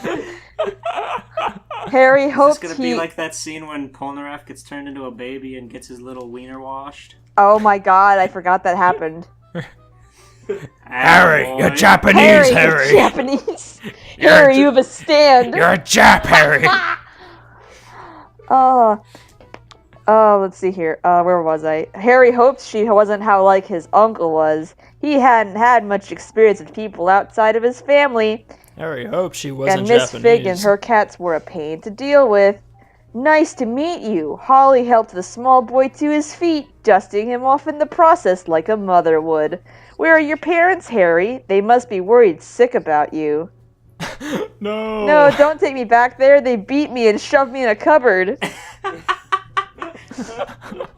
Harry fumbled with his shirt. Holly picked up the gesture and frowned. To lose your parents and be so young, it was one of the saddest things she could think of. Oh, I could think of sadder, Holly. I could think of sadder. Yeah. Your situation isn't very cheery, Holly. Yeah. I don't mind saying. Let's see how you feel in like Your 5 delinquent years. son. Oh god. As she dusts Harry off, she Oh, yeah. caught a glimpse of something on his shoulder. Curiosity getting the best of her. Holly gently moved the small boy's shirt down his left shoulder so she could see. Her eyes widened. There on the boy's shoulder was a very distinct birthmark. A purple No star. way! What the? Oh my god! No! The whole time! No! The chance needed. He does have a stand. Oh my god! You're a Harry Joestar, Potter's a Jerry. Joestar. You're a Joestar, Harry. The most Jojos obvious Bizarre sign of a Adventure. Joestar! Oh my god. But how was that possible? The only Joestars left were her and her father Joseph. There was one other that she had, oh my god, but she had been a sore subject for her parents to talk about. Holly gently put her hands on the boy's shoulders to get his attention. Giving him a sad smile, she said, "How would you like to come with me? I can alert the authorities that you've been left here if they can't find them. Maybe you'd like to stay with me." Harry didn't know what to say. He wasn't a genius, but he was not a fool like his cousin was. Why would this woman want him when his own family said he was worthless? A freak. Harry was no fool. Harry was no fool. This woman's clearly gonna kidnap me and diddle me in my sleep. She Holly just found some random street urchin and ripped his shirt off and to see if he had a tattoo. And the fact that he did surprised her. God. So he has the purple star birthmark and like the lightning scar. I haven't heard anything about that one. He's the chosen one. He's double the chosen one. Yeah. God, holy shit. Hagrid will never find him in Japan. Holly Like a stood. 30-story apartment. Holly. Hagrid's gonna Harry, come where up are and you? Jojos I'm scared of these start people. Platinum him out of Japan. Oh my god, does that mean that Harry and Jotaro are like brothers? Like, what the fuck? It's another Did one Joseph of get Joseph's around? unofficial children. Holly stood up, holding out her hand for him to take. Harry didn't hesitate to grab it, holding tightly to her. The Dursleys never came. Holly made several inquiries to the police, but they had nothing. Harry didn't know if it was luck or not, but his former relatives managed to finish up their business and get out before being found. Holly did I what didn't she think said they she would. Be able would. to pull it off. Like, Harry Yeah. knows their names. Like, what the fuck? It's not like he doesn't know their names. Like, they're... Oh, my God. First, she broached the idea to... Oh, my God. Holly did what she said she would. First, she broached the idea to her husband, who happily agreed, especially seeing that the boy was possibly a long-lost relative of his wife. Second, she had her father, Joseph Joestar, to come to Japan just for a short visit. The old ham-on user came as asked for his daughter, even bringing his wife along, so he... Oh, my God. Though he would prefer it... So he... Oh, man. Though he would prefer it if she had stayed home where he knew she wouldn't get lost without him or one of their attendants. When Joseph met Harry for the first time, it was an odd interaction. Who are you? Oh my god, the two hit it off, I'm of usually course, but there was a strange occurrence. Joseph felt something in the air around the boy, even as Hammond was reacting to it. When he saw the eyes, he was almost certain, but the birthmark on his shoulder confirmed it. This boy was Lily's son. When Holly was just in her 18th year, he and Susie had another child, a little girl they called Lily. Oh, She was the brightest little thing to them. Holly was not pushed aside because of the baby. In fact, the two were almost inseparable. It happened in the night they were visiting England, and there was an intruder in the house. What? Joseph was the most crushed? Uh-oh. Wait, what happened? What? Voldemort killed his mom. What the fuck? Holly and Yeah, Susie, Voldemort of course. Oh my god. Wait, what happened to Lily? They just said that Lily was a baby, and then what? No, Joseph and Susie Q had Holly, then they had Lily. And then Lily was married- kidnapped. No, Lily grew up and she married David Potter. And then Voldemort came and tried to kill them. His name was not David Potter. His name was James Potter. James Potter. I like David better. David Potter. Dave Potter. Dave Potter. Dave and Oh Buster. my god. Dave and Buster Potter. Holly and Susie, of course, were upset and heartbroken that the baby was gone, but Joseph aged considerably for a few years. He spent his time at the goddamn motherfucking Speedwagon Foundation looking for any leads he could find. But Any nothing leads on came up. Voldemort? Oh. Seeing Harry brought Oh my some form God. of closure to them. Saddened to know his mother was dead. Wait. Yeah, what the fuck? Like, Harry goes to the Dursleys because it's Lily's sister who married into that horrible family. So you're telling me that the Right. Dursleys are canonly related to the Joestars? Yeah, like what? Yeah. Lily was like kidnapped into the Dursley family and then had a baby, which was Harry Potter. Wait, She was kidnapped at night into their family. yeah, because it's like, she was a baby, but then when they were in England, she was gone and missing. So it's like Okay. double kidnapping. Yeah. Yeah, and then Hagrid came in to kidnap the kidnappee. Oh. Seeing Harry brought Anyway. some form of closure to them, saddened to know his mother was dead, but relieved to have a part of her back with them. The only things left to be done were the official adoption, or in this case, readoption of Harry into the Joestar family. Holly, Finally. of course, was listed as his new adoptive mother, even though she was his aunt. In an act of maturity, foreign to a child, Harry asked if he could have his name changed as well. He said that the Dursley... Harry Joestar. He said that the Dursleys left too many bad memories with his current one. Joseph's suggestion of calling him Joseph Joestar II was immediately shot down, much to the old man's displeasure. Yeah. He was trying to steal Yeah. Harry's Boy Who Lived legacy. To make it up to his grandfather, Harry chose a name more fitting of a Joestar. Jotaro! Jotaro Kujo was his decision!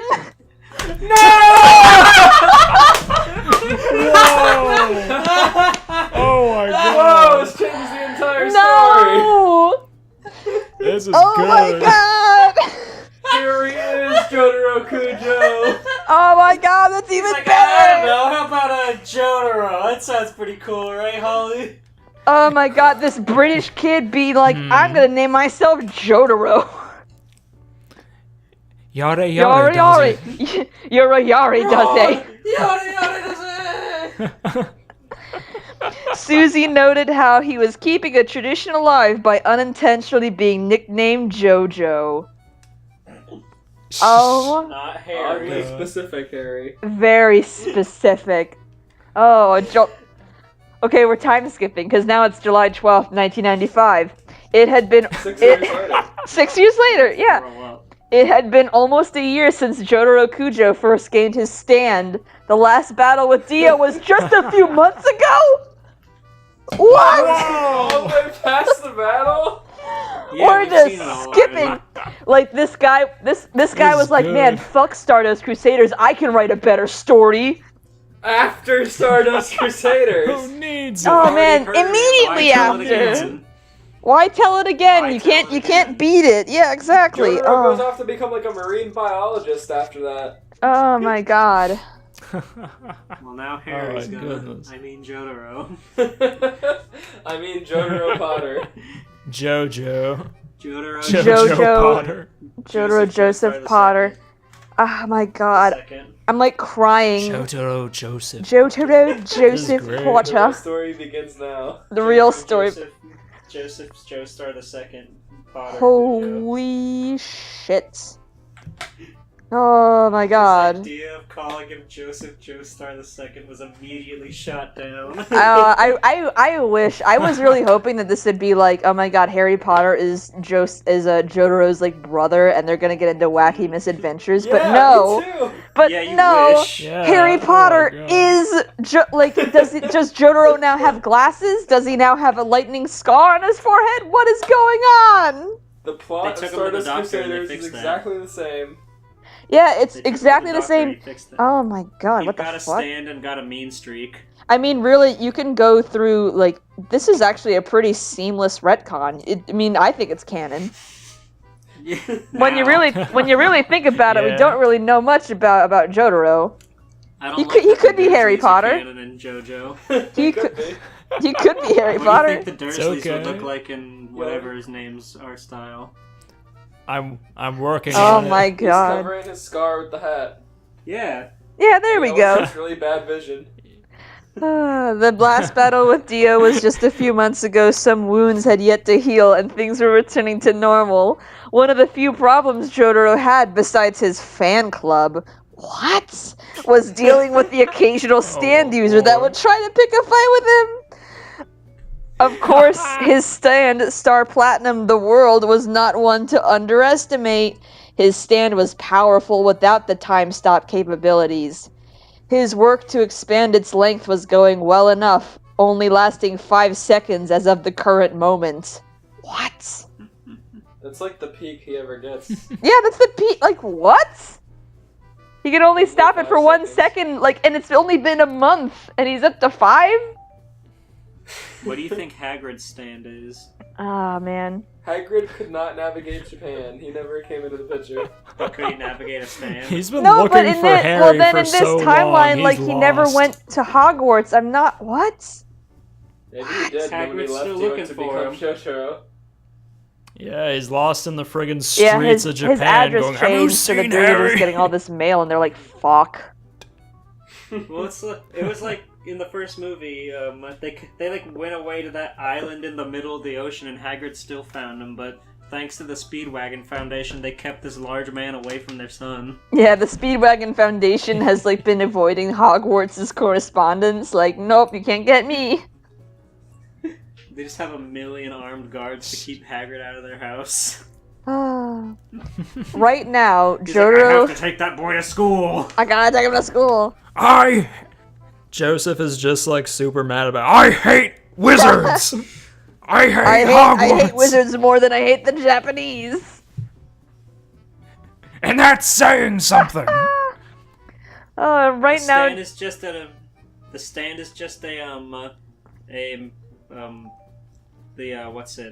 Patronus or whatever. Oh, Yeah. God. Except instead of a deer, it's Patronus. now like an Egyptian god man. It's just a big beef man. Mm-hmm. Right now... Specto Patronum. Oh my god. Right now, Jotaro was just taking it easy on his walk home. His grandfather Joseph had stopped by for a visit to see how they were doing.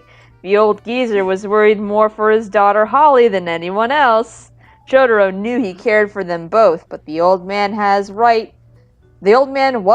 to not voice his concerns when his grandson could kick his ass before time resumes.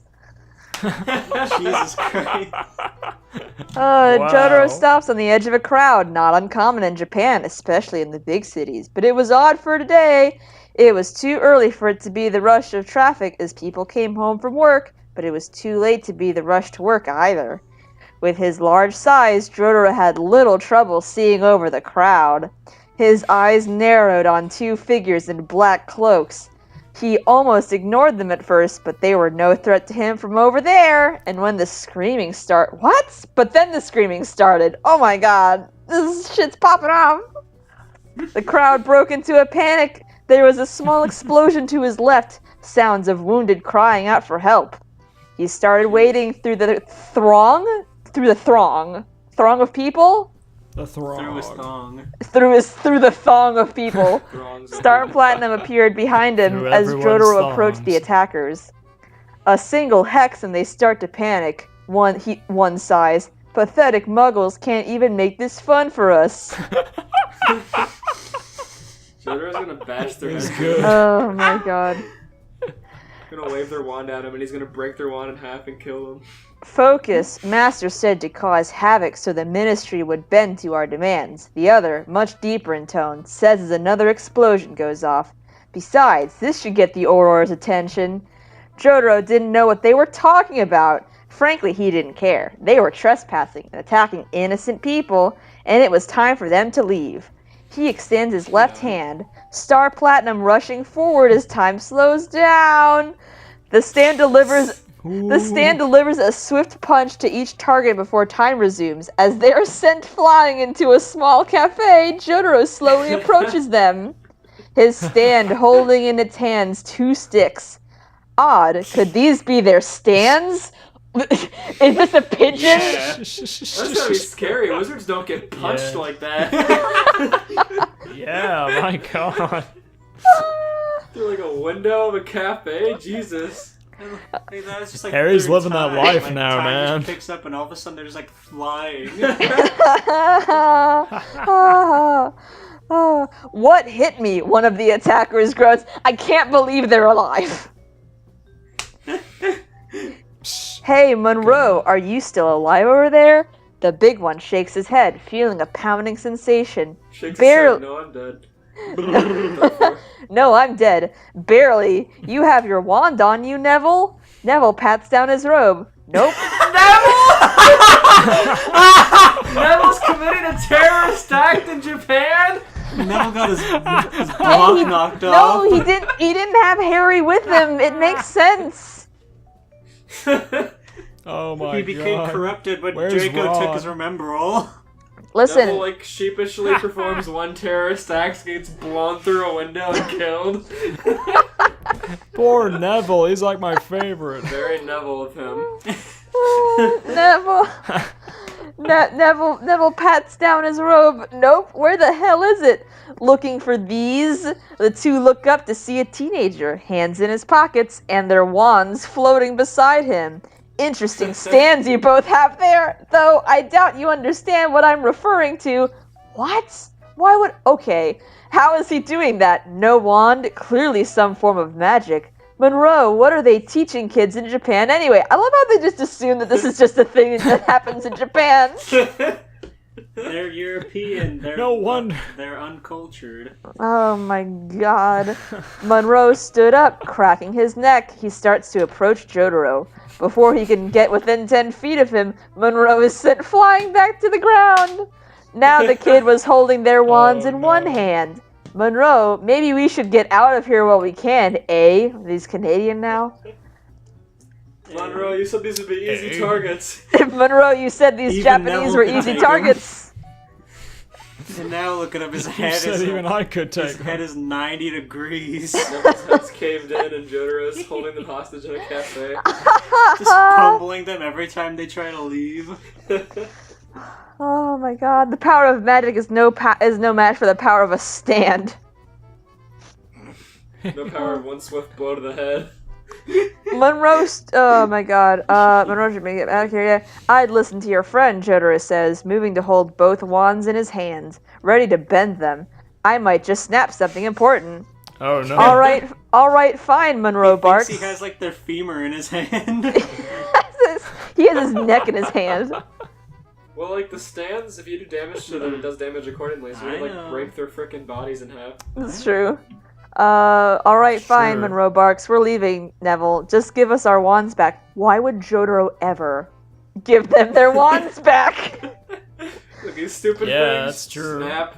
Jotaro tosses the wands. Oh my god, he gave them back to him, letting them land at their feet. The two men watch as the teen turns his back to them. They share a grin and fire off a sickly green spell at him. Oh my god, you moron. They watch the spells shoot out of their wands. He just does the Vada Kedavra. Neville, you're using the killing The curse. Oh, God. Your parents The were illegal tortured. killing Fucking curse. forbidden.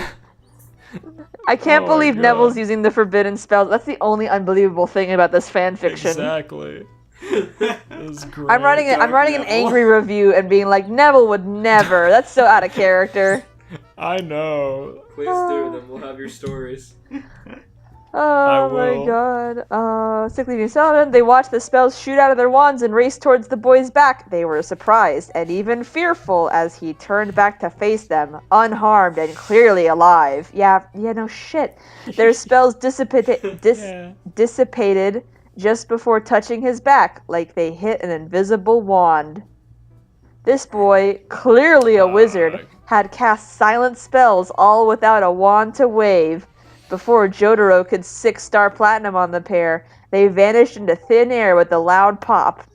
Jotaro shakes his head. Yari Daze, I thought we were done with this sort of thing after Dio. Continuing on his walk, he now had something new to discuss with his grandfather. He said that he's been attacked occasionally after Dio. Hey, Grandpa.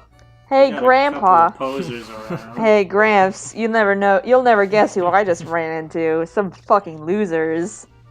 Some Number kids. 6 will surprise You know what Joseph's gonna say to him? Be like, what the fuck? Why did you give them their wands back, you moron?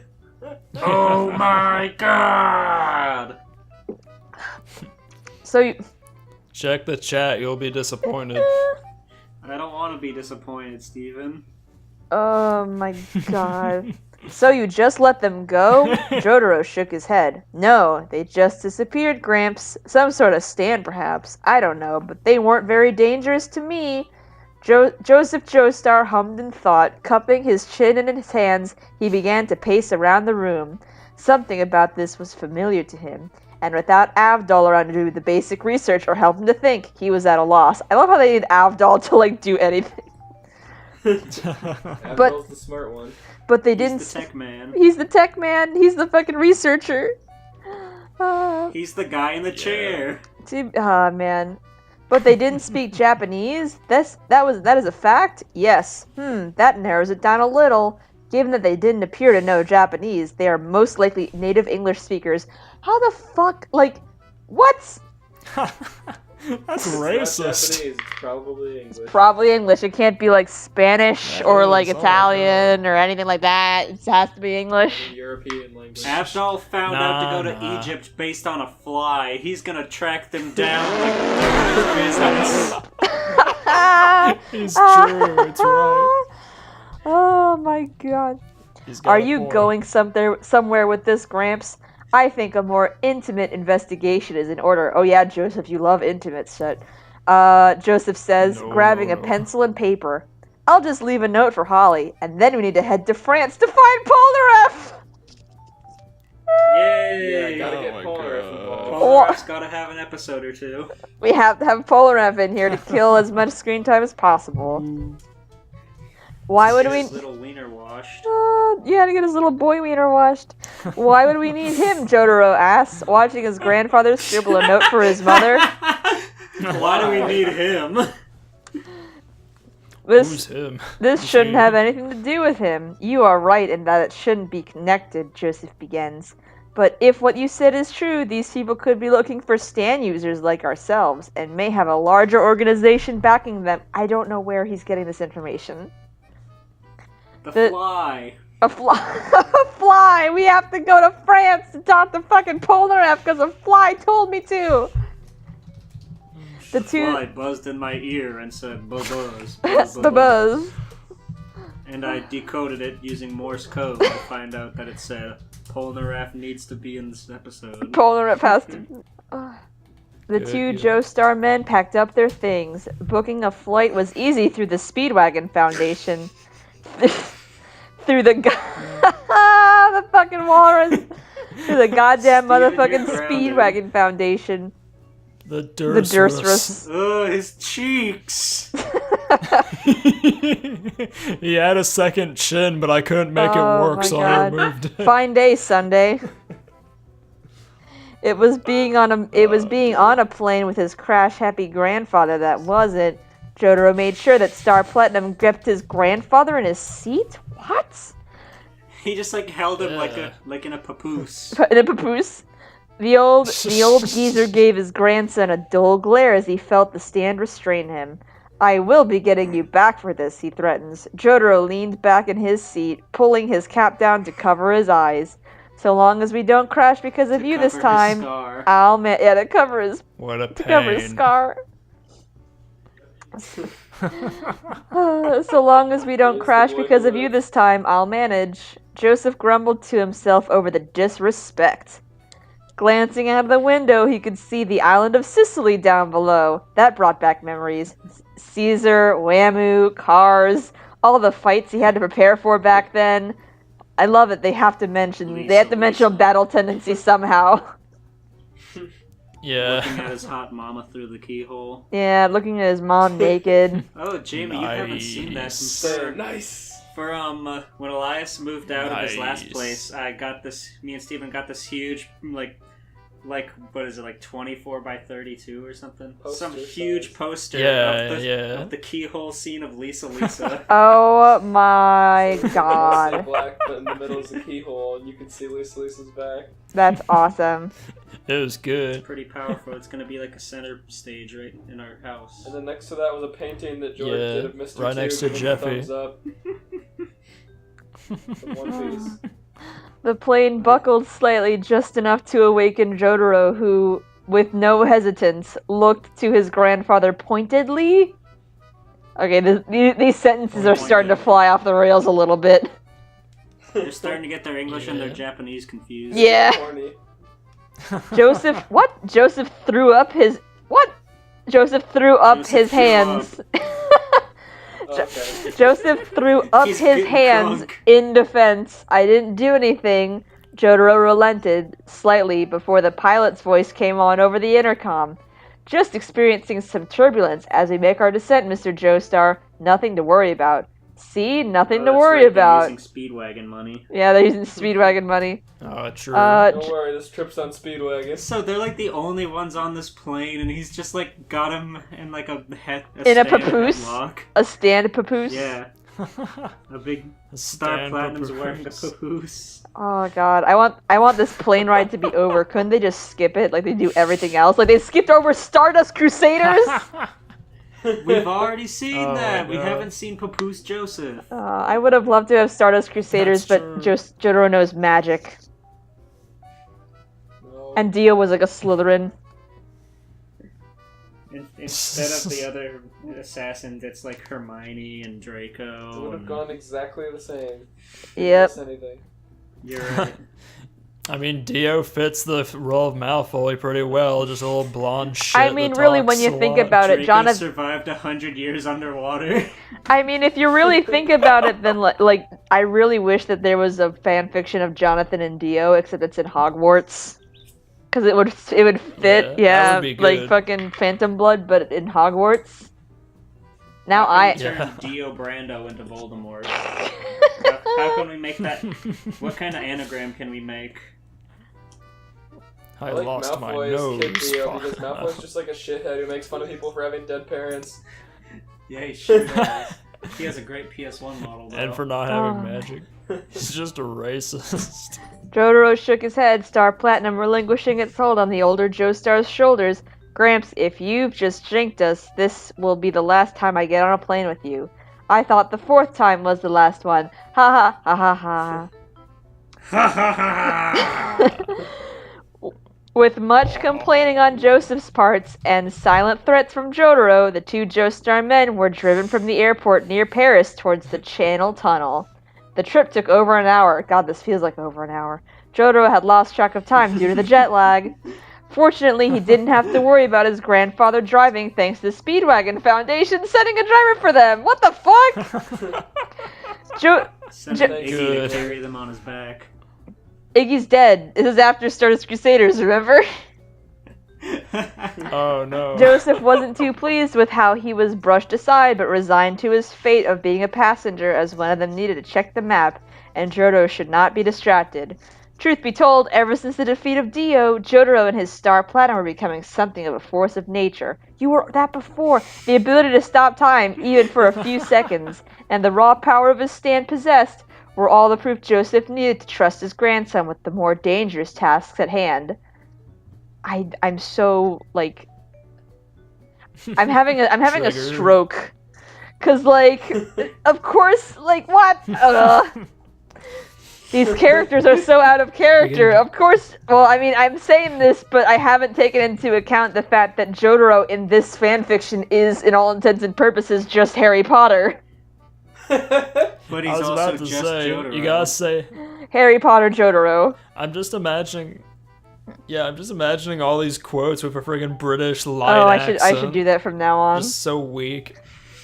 You should. The car came to a stop at the side of the road. The tunnel was just up ahead now, with a disgruntled-looking man standing with a duffel bag over his shoulder. Oh god, it's fucking Polnareff. Jean-Pierre Polnareff was not a happy Frenchman. It usually is. I thought it was gonna be Hagrid. Oh my god, that would have been so great if it was Hagrid. A disgruntled fat man. Frenchman. He hoped that the struggle was over. He avenged his sister, helped his friends fight Dio, and even saved the world, according to how the older Joestar put it. So why was he unhappy? It could have to do with the attack that Jotaro had reported, along with the incidents across the globe that mirrored said attack. Or it could just be that he was interrupted when he thought he could finally rest after all the fighting they had did before. The Frenchman... This person didn't read part 5. Okay, also, I'd like to point out that they refer to Polnareff as the Frenchmen, not the Frenchman. Frenchmen. Frenchman. The Frenchman. Frenchman. Like, as in plural Frenchman. Polnareff is just like a collective of French people. The Frenchman swallowed his pride and the growing frustration he felt and got in the car with little prompting. He and his two comrades had a job to do, or so they hoped. Driver, any possibility that we could be dropped off in London? Joseph asked, checking over his map. I believe that will be the best place to search for information. Yes, Mr. Joestar, the driver responds as their small car went through the tunnel, the occasional light illuminating the vehicle. But I should inform you that it will be very late when we arrive, sir. Joseph chuckles, glancing at his grandson and Polnareff. Don't worry about us. These two will be awake when we get there, no doubt. You can just focus on the road, and I will worry about our own well-being.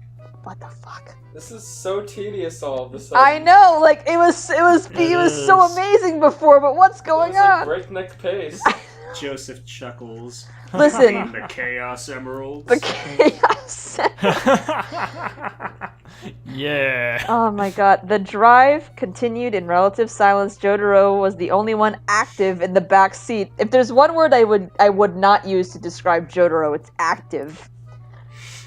I was about to say, he just stands Joseph there. was asleep in the passenger seat. Polnareff, too, in the realm of dreams behind him.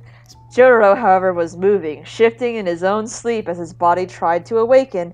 He was roused from his sleep as the car came to a stop. It was dark, probably close to midnight, or maybe a bit before 10. He couldn't tell with the time difference.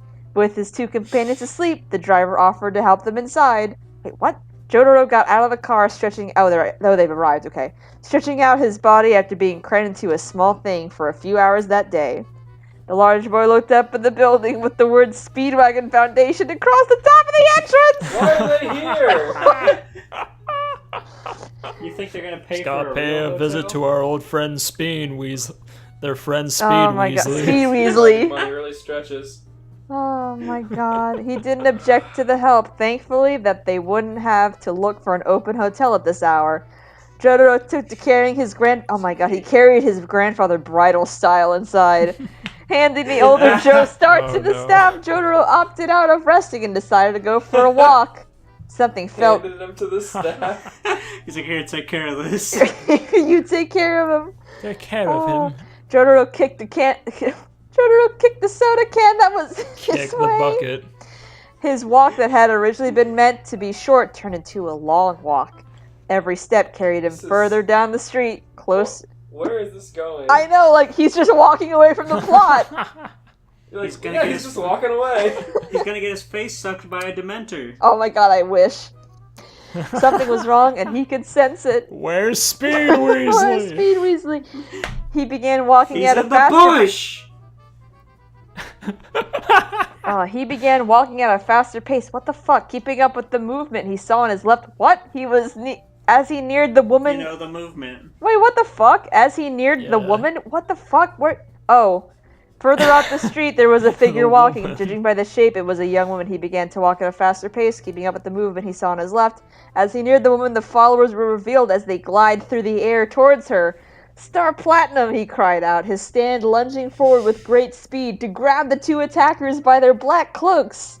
The woman turned, a stick in her hand, only to freeze. Oh god, is it fucking Hermione?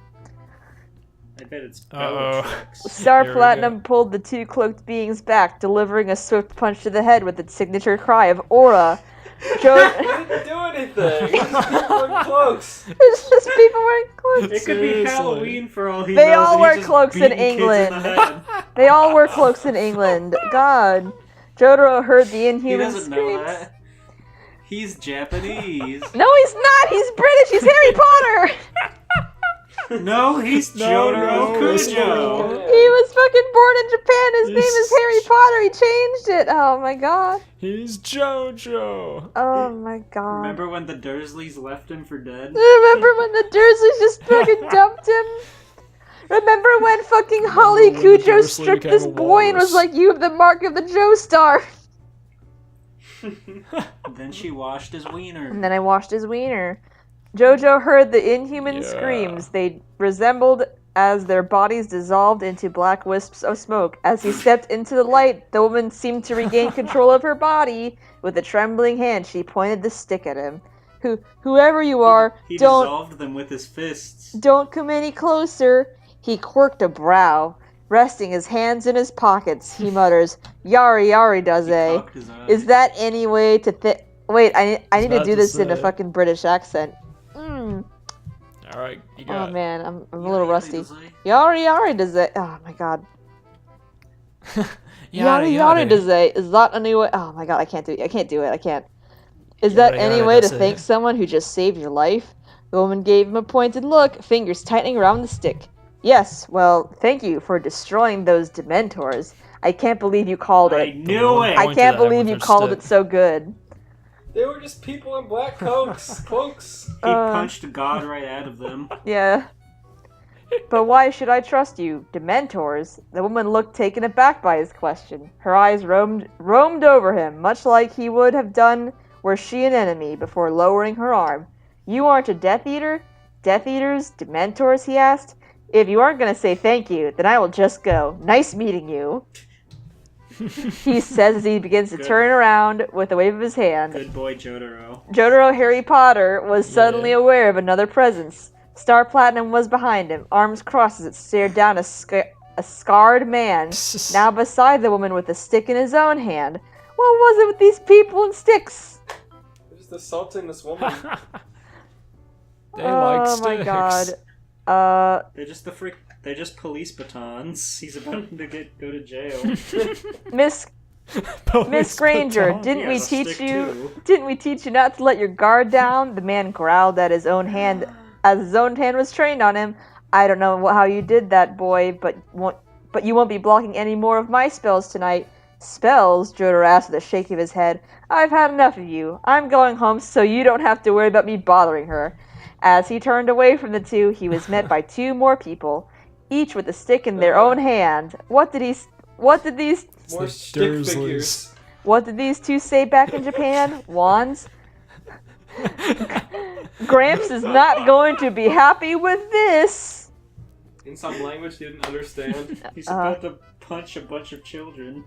And then we have another time skip, and it's like, do you suppose he's still alive? Don't know, can't say for sure, though Mad Eye did hit him pretty hard. 5 stunners it took. 5 stunners just to overpower whatever magic he has. 5 stone No cold way. stunners. There was a rush of sound, feet hitting a hard floor as his Mad body Eye stirred. Moody could not take down Jotaro Kujo. No, that's not happening. Laura paused time and ripped her hair out in one blow. His back, his entire body was sore. Where was he?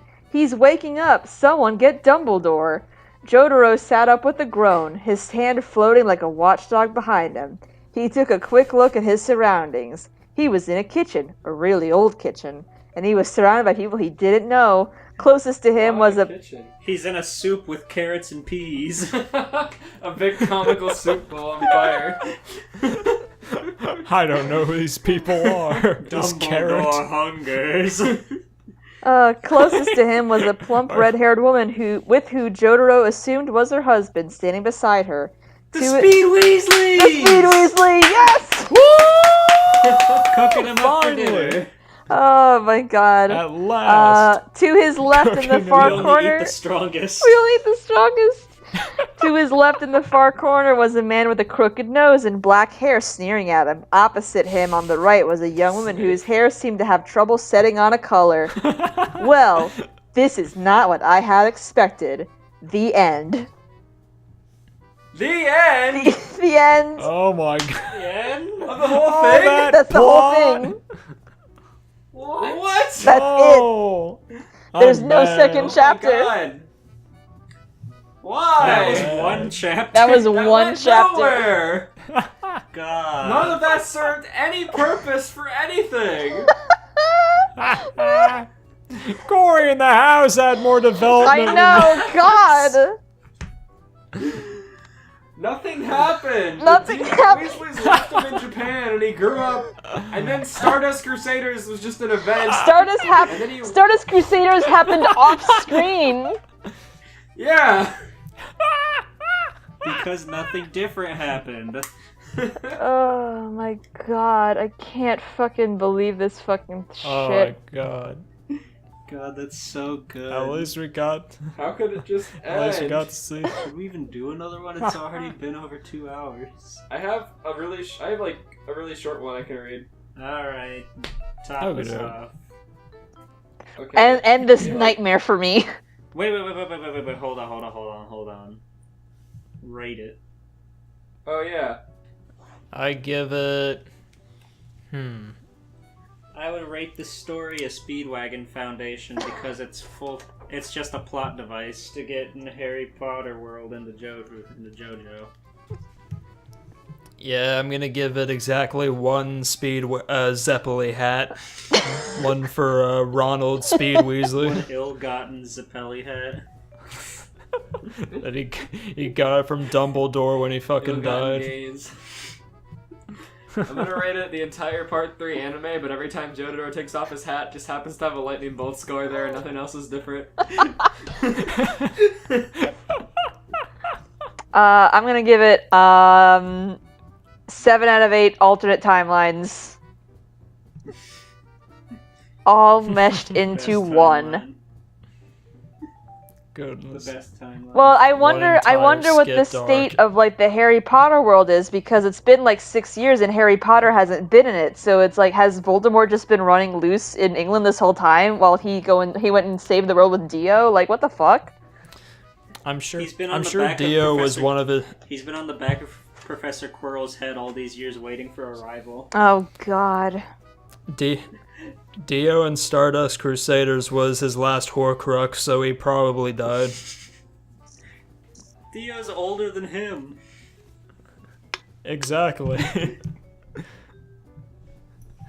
Okay, should I read the rated M one? It's like 500 words, or should I read the one I had planned? It's like 777 Rated words. M. Rated M. Rated M. Hey, damn. Okay. I will want make it. Jotaro Give me pussy. that sweet Rule 34. Okay, you're gonna I may have to censor some of this, just by the title. No. Dio sat patiently by the door, his knees jumping up and down in anticipation. Is he doing the pee-pee dance? It's funny you say that. Soon enough, his daddy waifu, Joseph Joestar, would How? be home flunking it out as an exhibitionist at the local strip club and would be able to take Flunking good it care of out. him. Dio could feel his fountain ride getting harder with every passing second, creating a large bulge in his pants. Eventually, the door banged open with a thud. Joseph stood there in all of his ripped, tight-ass gloriness. His sequin pants sparkled like the diamonds Caesar likes to stick up his ass on a regular basis. Oh my God. Said pants had dropped down to his ankles, and Joseph had eggs rolling out of his anus like number balls on bingo game. They splattered on the ground below. The eggs' whites made it look like as though Joseph was shitting out bird feces.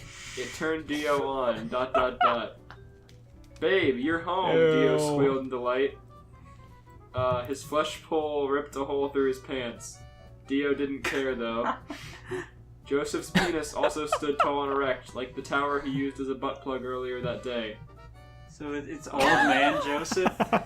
It was blush red from being jacked off a lot, as Joseph had an addiction to porn and could not stop masturbating. It is old man Joseph. Oh my god. Joseph looked down in anguish. I can't help it. I'm just so horny and porn is so good. I need serious help. I can't help it. I can't help it. Porn is so good. Dio got a cheeky grin on his face and slowly approached Joseph. Well, I know how to help you with that. A fire started to burn in Dio's stomach, and Joseph's constant horniness was the fuel that ignited it. He was ready. He was waiting. Oh my god! It was almost time for Joseph's special present. Oh. Joseph ripped off his shirt as fast as Lightning McQueen goes after Mater's oily cummies. He grabbed hold of his pectorals, pinched his areola, let out a huge moan, and squirted pee from them. Dio screamed out a mixture of pleasure and happiness. Joseph was peeing from his nipples. Out of all of the orifices he could pee from, his nipples were easily his favorite. He could pee from. They had a truly loving and caring relationship, looking out for one another. Joseph was the Romeo to Dio's Juliet, the Shrek to his Fiona, and they would continue to happily pee on each other till death tore them apart. And afterwards the author says, I'm sorry, I don't even like JoJo's Bizarre Adventure. I only wrote this because someone in the Discord server had a crush on Joseph and has a piss fetish, and it was a joke for her. Haha. Don't fucking look at me. I don't even like JoJo. It was a joke for her. Haha. Jamie, was that you? No! Were you JoJo P-Girl? Jamie! No! Damn. Jamie, you got God, some kinky fuck. shit. Now my secret identity's been revealed. I can never go back. I don't think That's Jamie. I don't think I want you to commission me after that. that's your fanfiction account. I found it. I will pay. You can't say no to me if I pay you a whole lot of money. JoJo P I guess Girl you're 22, right. girl spelled with a U. Damn. That's Jamie's fanfiction. Everyone has a price. Oh shit. How much will Everyone you has a sell your price. soul and draw Joseph Piss Fetish? Joseph Was this some nipple kind of piss. fucking? Out of all of the orifices This is like he your could pee son. from, this was his favorite. He didn't even Your use friggin' Hermit Saw game. I want to read my real one now. That didn't count. Purple. Ah! Alright. Prologue. It's okay. Go It all ahead. started when Phineas built a teleporter that teleports No! Stardust to him. Yeah! Chapter 1. Are they Hell Is it gonna yeah. be like Jimmy Timmy Power Hour where they changed art styles? So like all the Is this all gonna the be a JoJo Perry the Platypus the art episode? style is so simplistic. It would all look the so Crusaders look so bad. bad. Hey, Ferb, it worked, Phineas said happily. Yare yare, Daze, said Jotaro.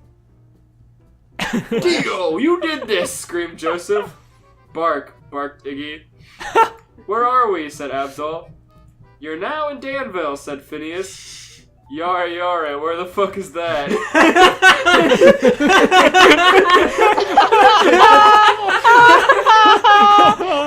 This is great. This is good. We aren't too sure, actually, said Ferb. Take us back Where to the fuck Egypt, is screamed that? Joseph. That's like a yearbook quote. Yari yari, where the fuck is that? We can't. The teleporter Where the was a fuck is one-time use. Danville? Hey, who are these guys? I'm telling Mom, said Candace. Hold on, Missy, Joseph said, smiling. We can work this out. What? Afraid of Candace's mom? Hold on, I'm Missy. telling Mom. Wait, no, don't. In other ways. Anything but Mom. What? Said Candace. Come on, mister, where's your bedroom, said Joseph. Mr. Joestar, now that is not the time, said Avidal. He doesn't have the Speedwagon Foundation to back him up. He's doing the best he can. I see otherwise. Let's go, little girl. Okay, Mr. Josar. They fuck in her bedroom. In quotes. I wonder what they're doing. And right after, I wonder what they're doing, said Phineas. Don't worry, young Phineas, said Abdul. Chapter 2. You should be worried, Phineas. You can't just brush that off. Hold on. What? Steven's like hawking up a lung.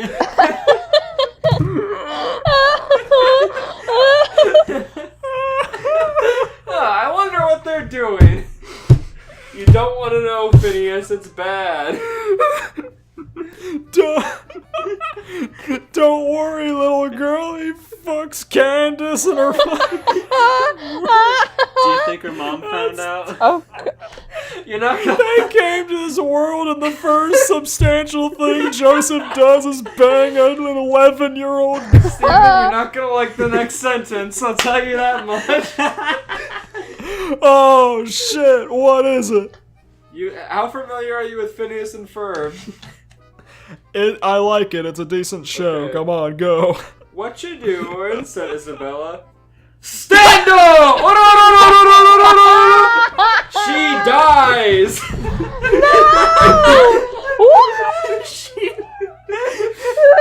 Yada yada. That was close, Phineas. You're lucky she's gone now. Thanks, Jotaro, said Phineas.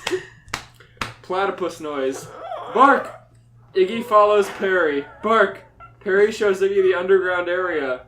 Bark! Steven's left the room. I am sweating. oh my god. What the The fuck? guy on TV tells them Doofenshmirtz is up to no good again. Bark! They go and Perry notices. Wait. Repeat that fucking last part, please. The Oh my god. first part of what I said when you were laughing over there in the corner. Yes, go. Oh my Thanks, god. Jotaro, said She Phineas. died? Yeah, then Phineas says thank you. And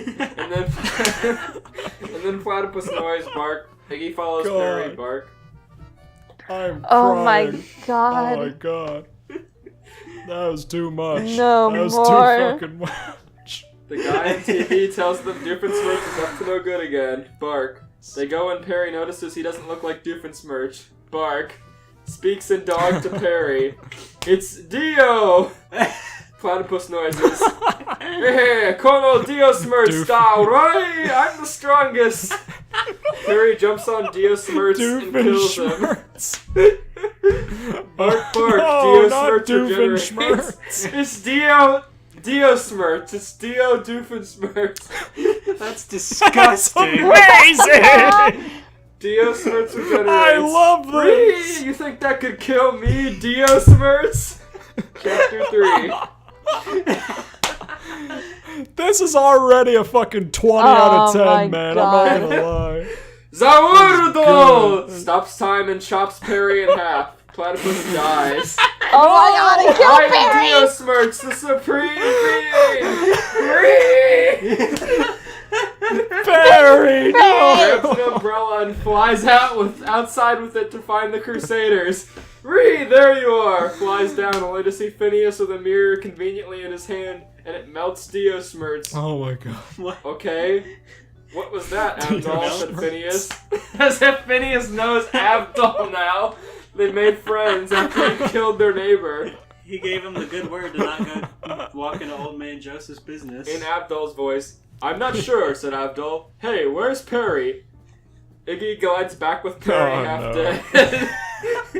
But Perry, yelled Phineas! You'll be okay! Ferb, we need to make something fast, said Phineas. Is that your... We need to make something fast! Our platypus revival program. Abdul says, is that your This is beef amazing. platypus, Phineas? I can't help him, or at least stop the bleeding. Abdul grabs cloth and stops the bleeding with it. He's okay for now, young Phineas. You might want to get him Good. some wheels. He's chopped in half, Abdul! All you did was strap him together!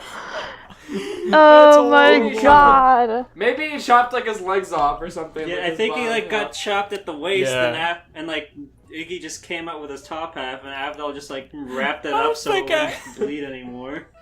Don't worry. Yeah, I in the don't next think sentence, Abdul would have he's- fucking saved his ass if he was get general directly in reflex. half. The next sentence is, "Don't worry, Oh, Abdul. there we I go. got just the thing." Grabs helium ray Ferb just made. Perry's body grubs back. Platypus noise. Bark. Iggy barks happily. "Wow, Phineas, that's impressive," said Abdul. It's chapter 4. Yeah. Last chapter. "We should head back to Egypt before it's too late, Phineas," said Abdul. Iggy uses a stand to write in the grass that Dio is dead. "Dead? Are you sure, Iggy?" "Ruff, ruff," barked Iggy. "I guess we can stay in this town now, Phineas." Jotaro comes out of the background. "Yada yada, I'm going back to Japan. Goodbye, Abdul." Why is Abdul so into this? Is Polnareff even there? I love Phineas and Phineas- Ferb's world. He says, "Hey, Gramps, get your ass over here. We're leaving. Abdul, you're coming with us." Joseph comes out with his dick hanging out with cum on it. That's actually what it says! Oh Let's my go God. now. Right now, Jotaro. Oh, he says, "Let's go now! Right now, Jotaro!" screamed Joseph. He got Something his happened fix. over there. "Goodbye, Phineas and Ferb." This They all is too said- much. They all steal a car and go to the airport. Yore yore does it. Jotaro pulls his hat over his eyes. "Goodbye, Danville." Ah! Epilogue. This is there's an amazing. epilogue, Candace thank got God. pregnant Oh my from Joseph, so another Joestar was born. His name is Joestar. Candace is alone. Oh no, that's the name of the guy that Candace likes in Phineas and Ferb, right? Yeah, it is. Joe. She names him Oh after no. Joe. Candace is alone. Isn't that a little fucked up? I'm like, I'm gonna Yeah. name my child after the boy that I had a massive hard on for. Like, what? Yeah, that is really messed up. That's like a constant reminder the rest of your life. You gotta do what you gotta do. Candace is alone her whole life until I mean, to be Jotaro- fair, he is a good character, but still. Yeah, but Jotaro fucked her! I know, I know. Joseph! Joseph's I a know. big Sorry, difference. Not I s- Jotaro, he would never. I said, but He's much still. too appropriately aged. Candace is alone her whole life until Goodness. Jotaro comes to Danville to live peacefully in many, many years, but he only comes to check on Joe. He doesn't care about Candace. Jotaro came here. Damn, that's a cold Oh my burn. That is super cold. Oh my god. Jotaro came here after being in Morio. Joseph forgot about Danville and didn't even know he had another kid. Well, his wife doesn't know about his other one either. Iggy dies after eating some chocolate. Abdul goes back to being a fortune teller and finds himself a wonderful woman. The two other Crusaders, well, let's start with Kakyoin. He wasn't featured here, but here's what happened to him. He killed himself after Jotaro said he wasn't gay. Polnareff, well, we know what happened to him. He got shot by the arrow again, so his stand became Silver Chariot Requiem, and that's about it. That's all of it, and goodbye. The person who wrote That this is also amazing. read part 5? Are you kidding me? This person had to have been, like, moderately intelligent. Who would do this? Oh my god. That's Ugh. amazing. Joseph 10 just comes 20 running out of out of the fucking house 10. with no pants on, And covered fucking in mess. Calm on his peener. And he's like, we gotta go! I would rate the story an illegitimate baby out of 10. Jesus. I would rate this story Perry on Wheels out of 10. great. I would rate this story one Well, you fantastic got it summer. Jesus. Oh my god. What a good summer. What a great summer. Joseph got to come. Jotaro. Yeah, that's what makes it great. This Joseph is got to all come. one day. He really got his nut. That Joseph. Finally. Finally. His whole trip to Egypt, there was no nuts to have.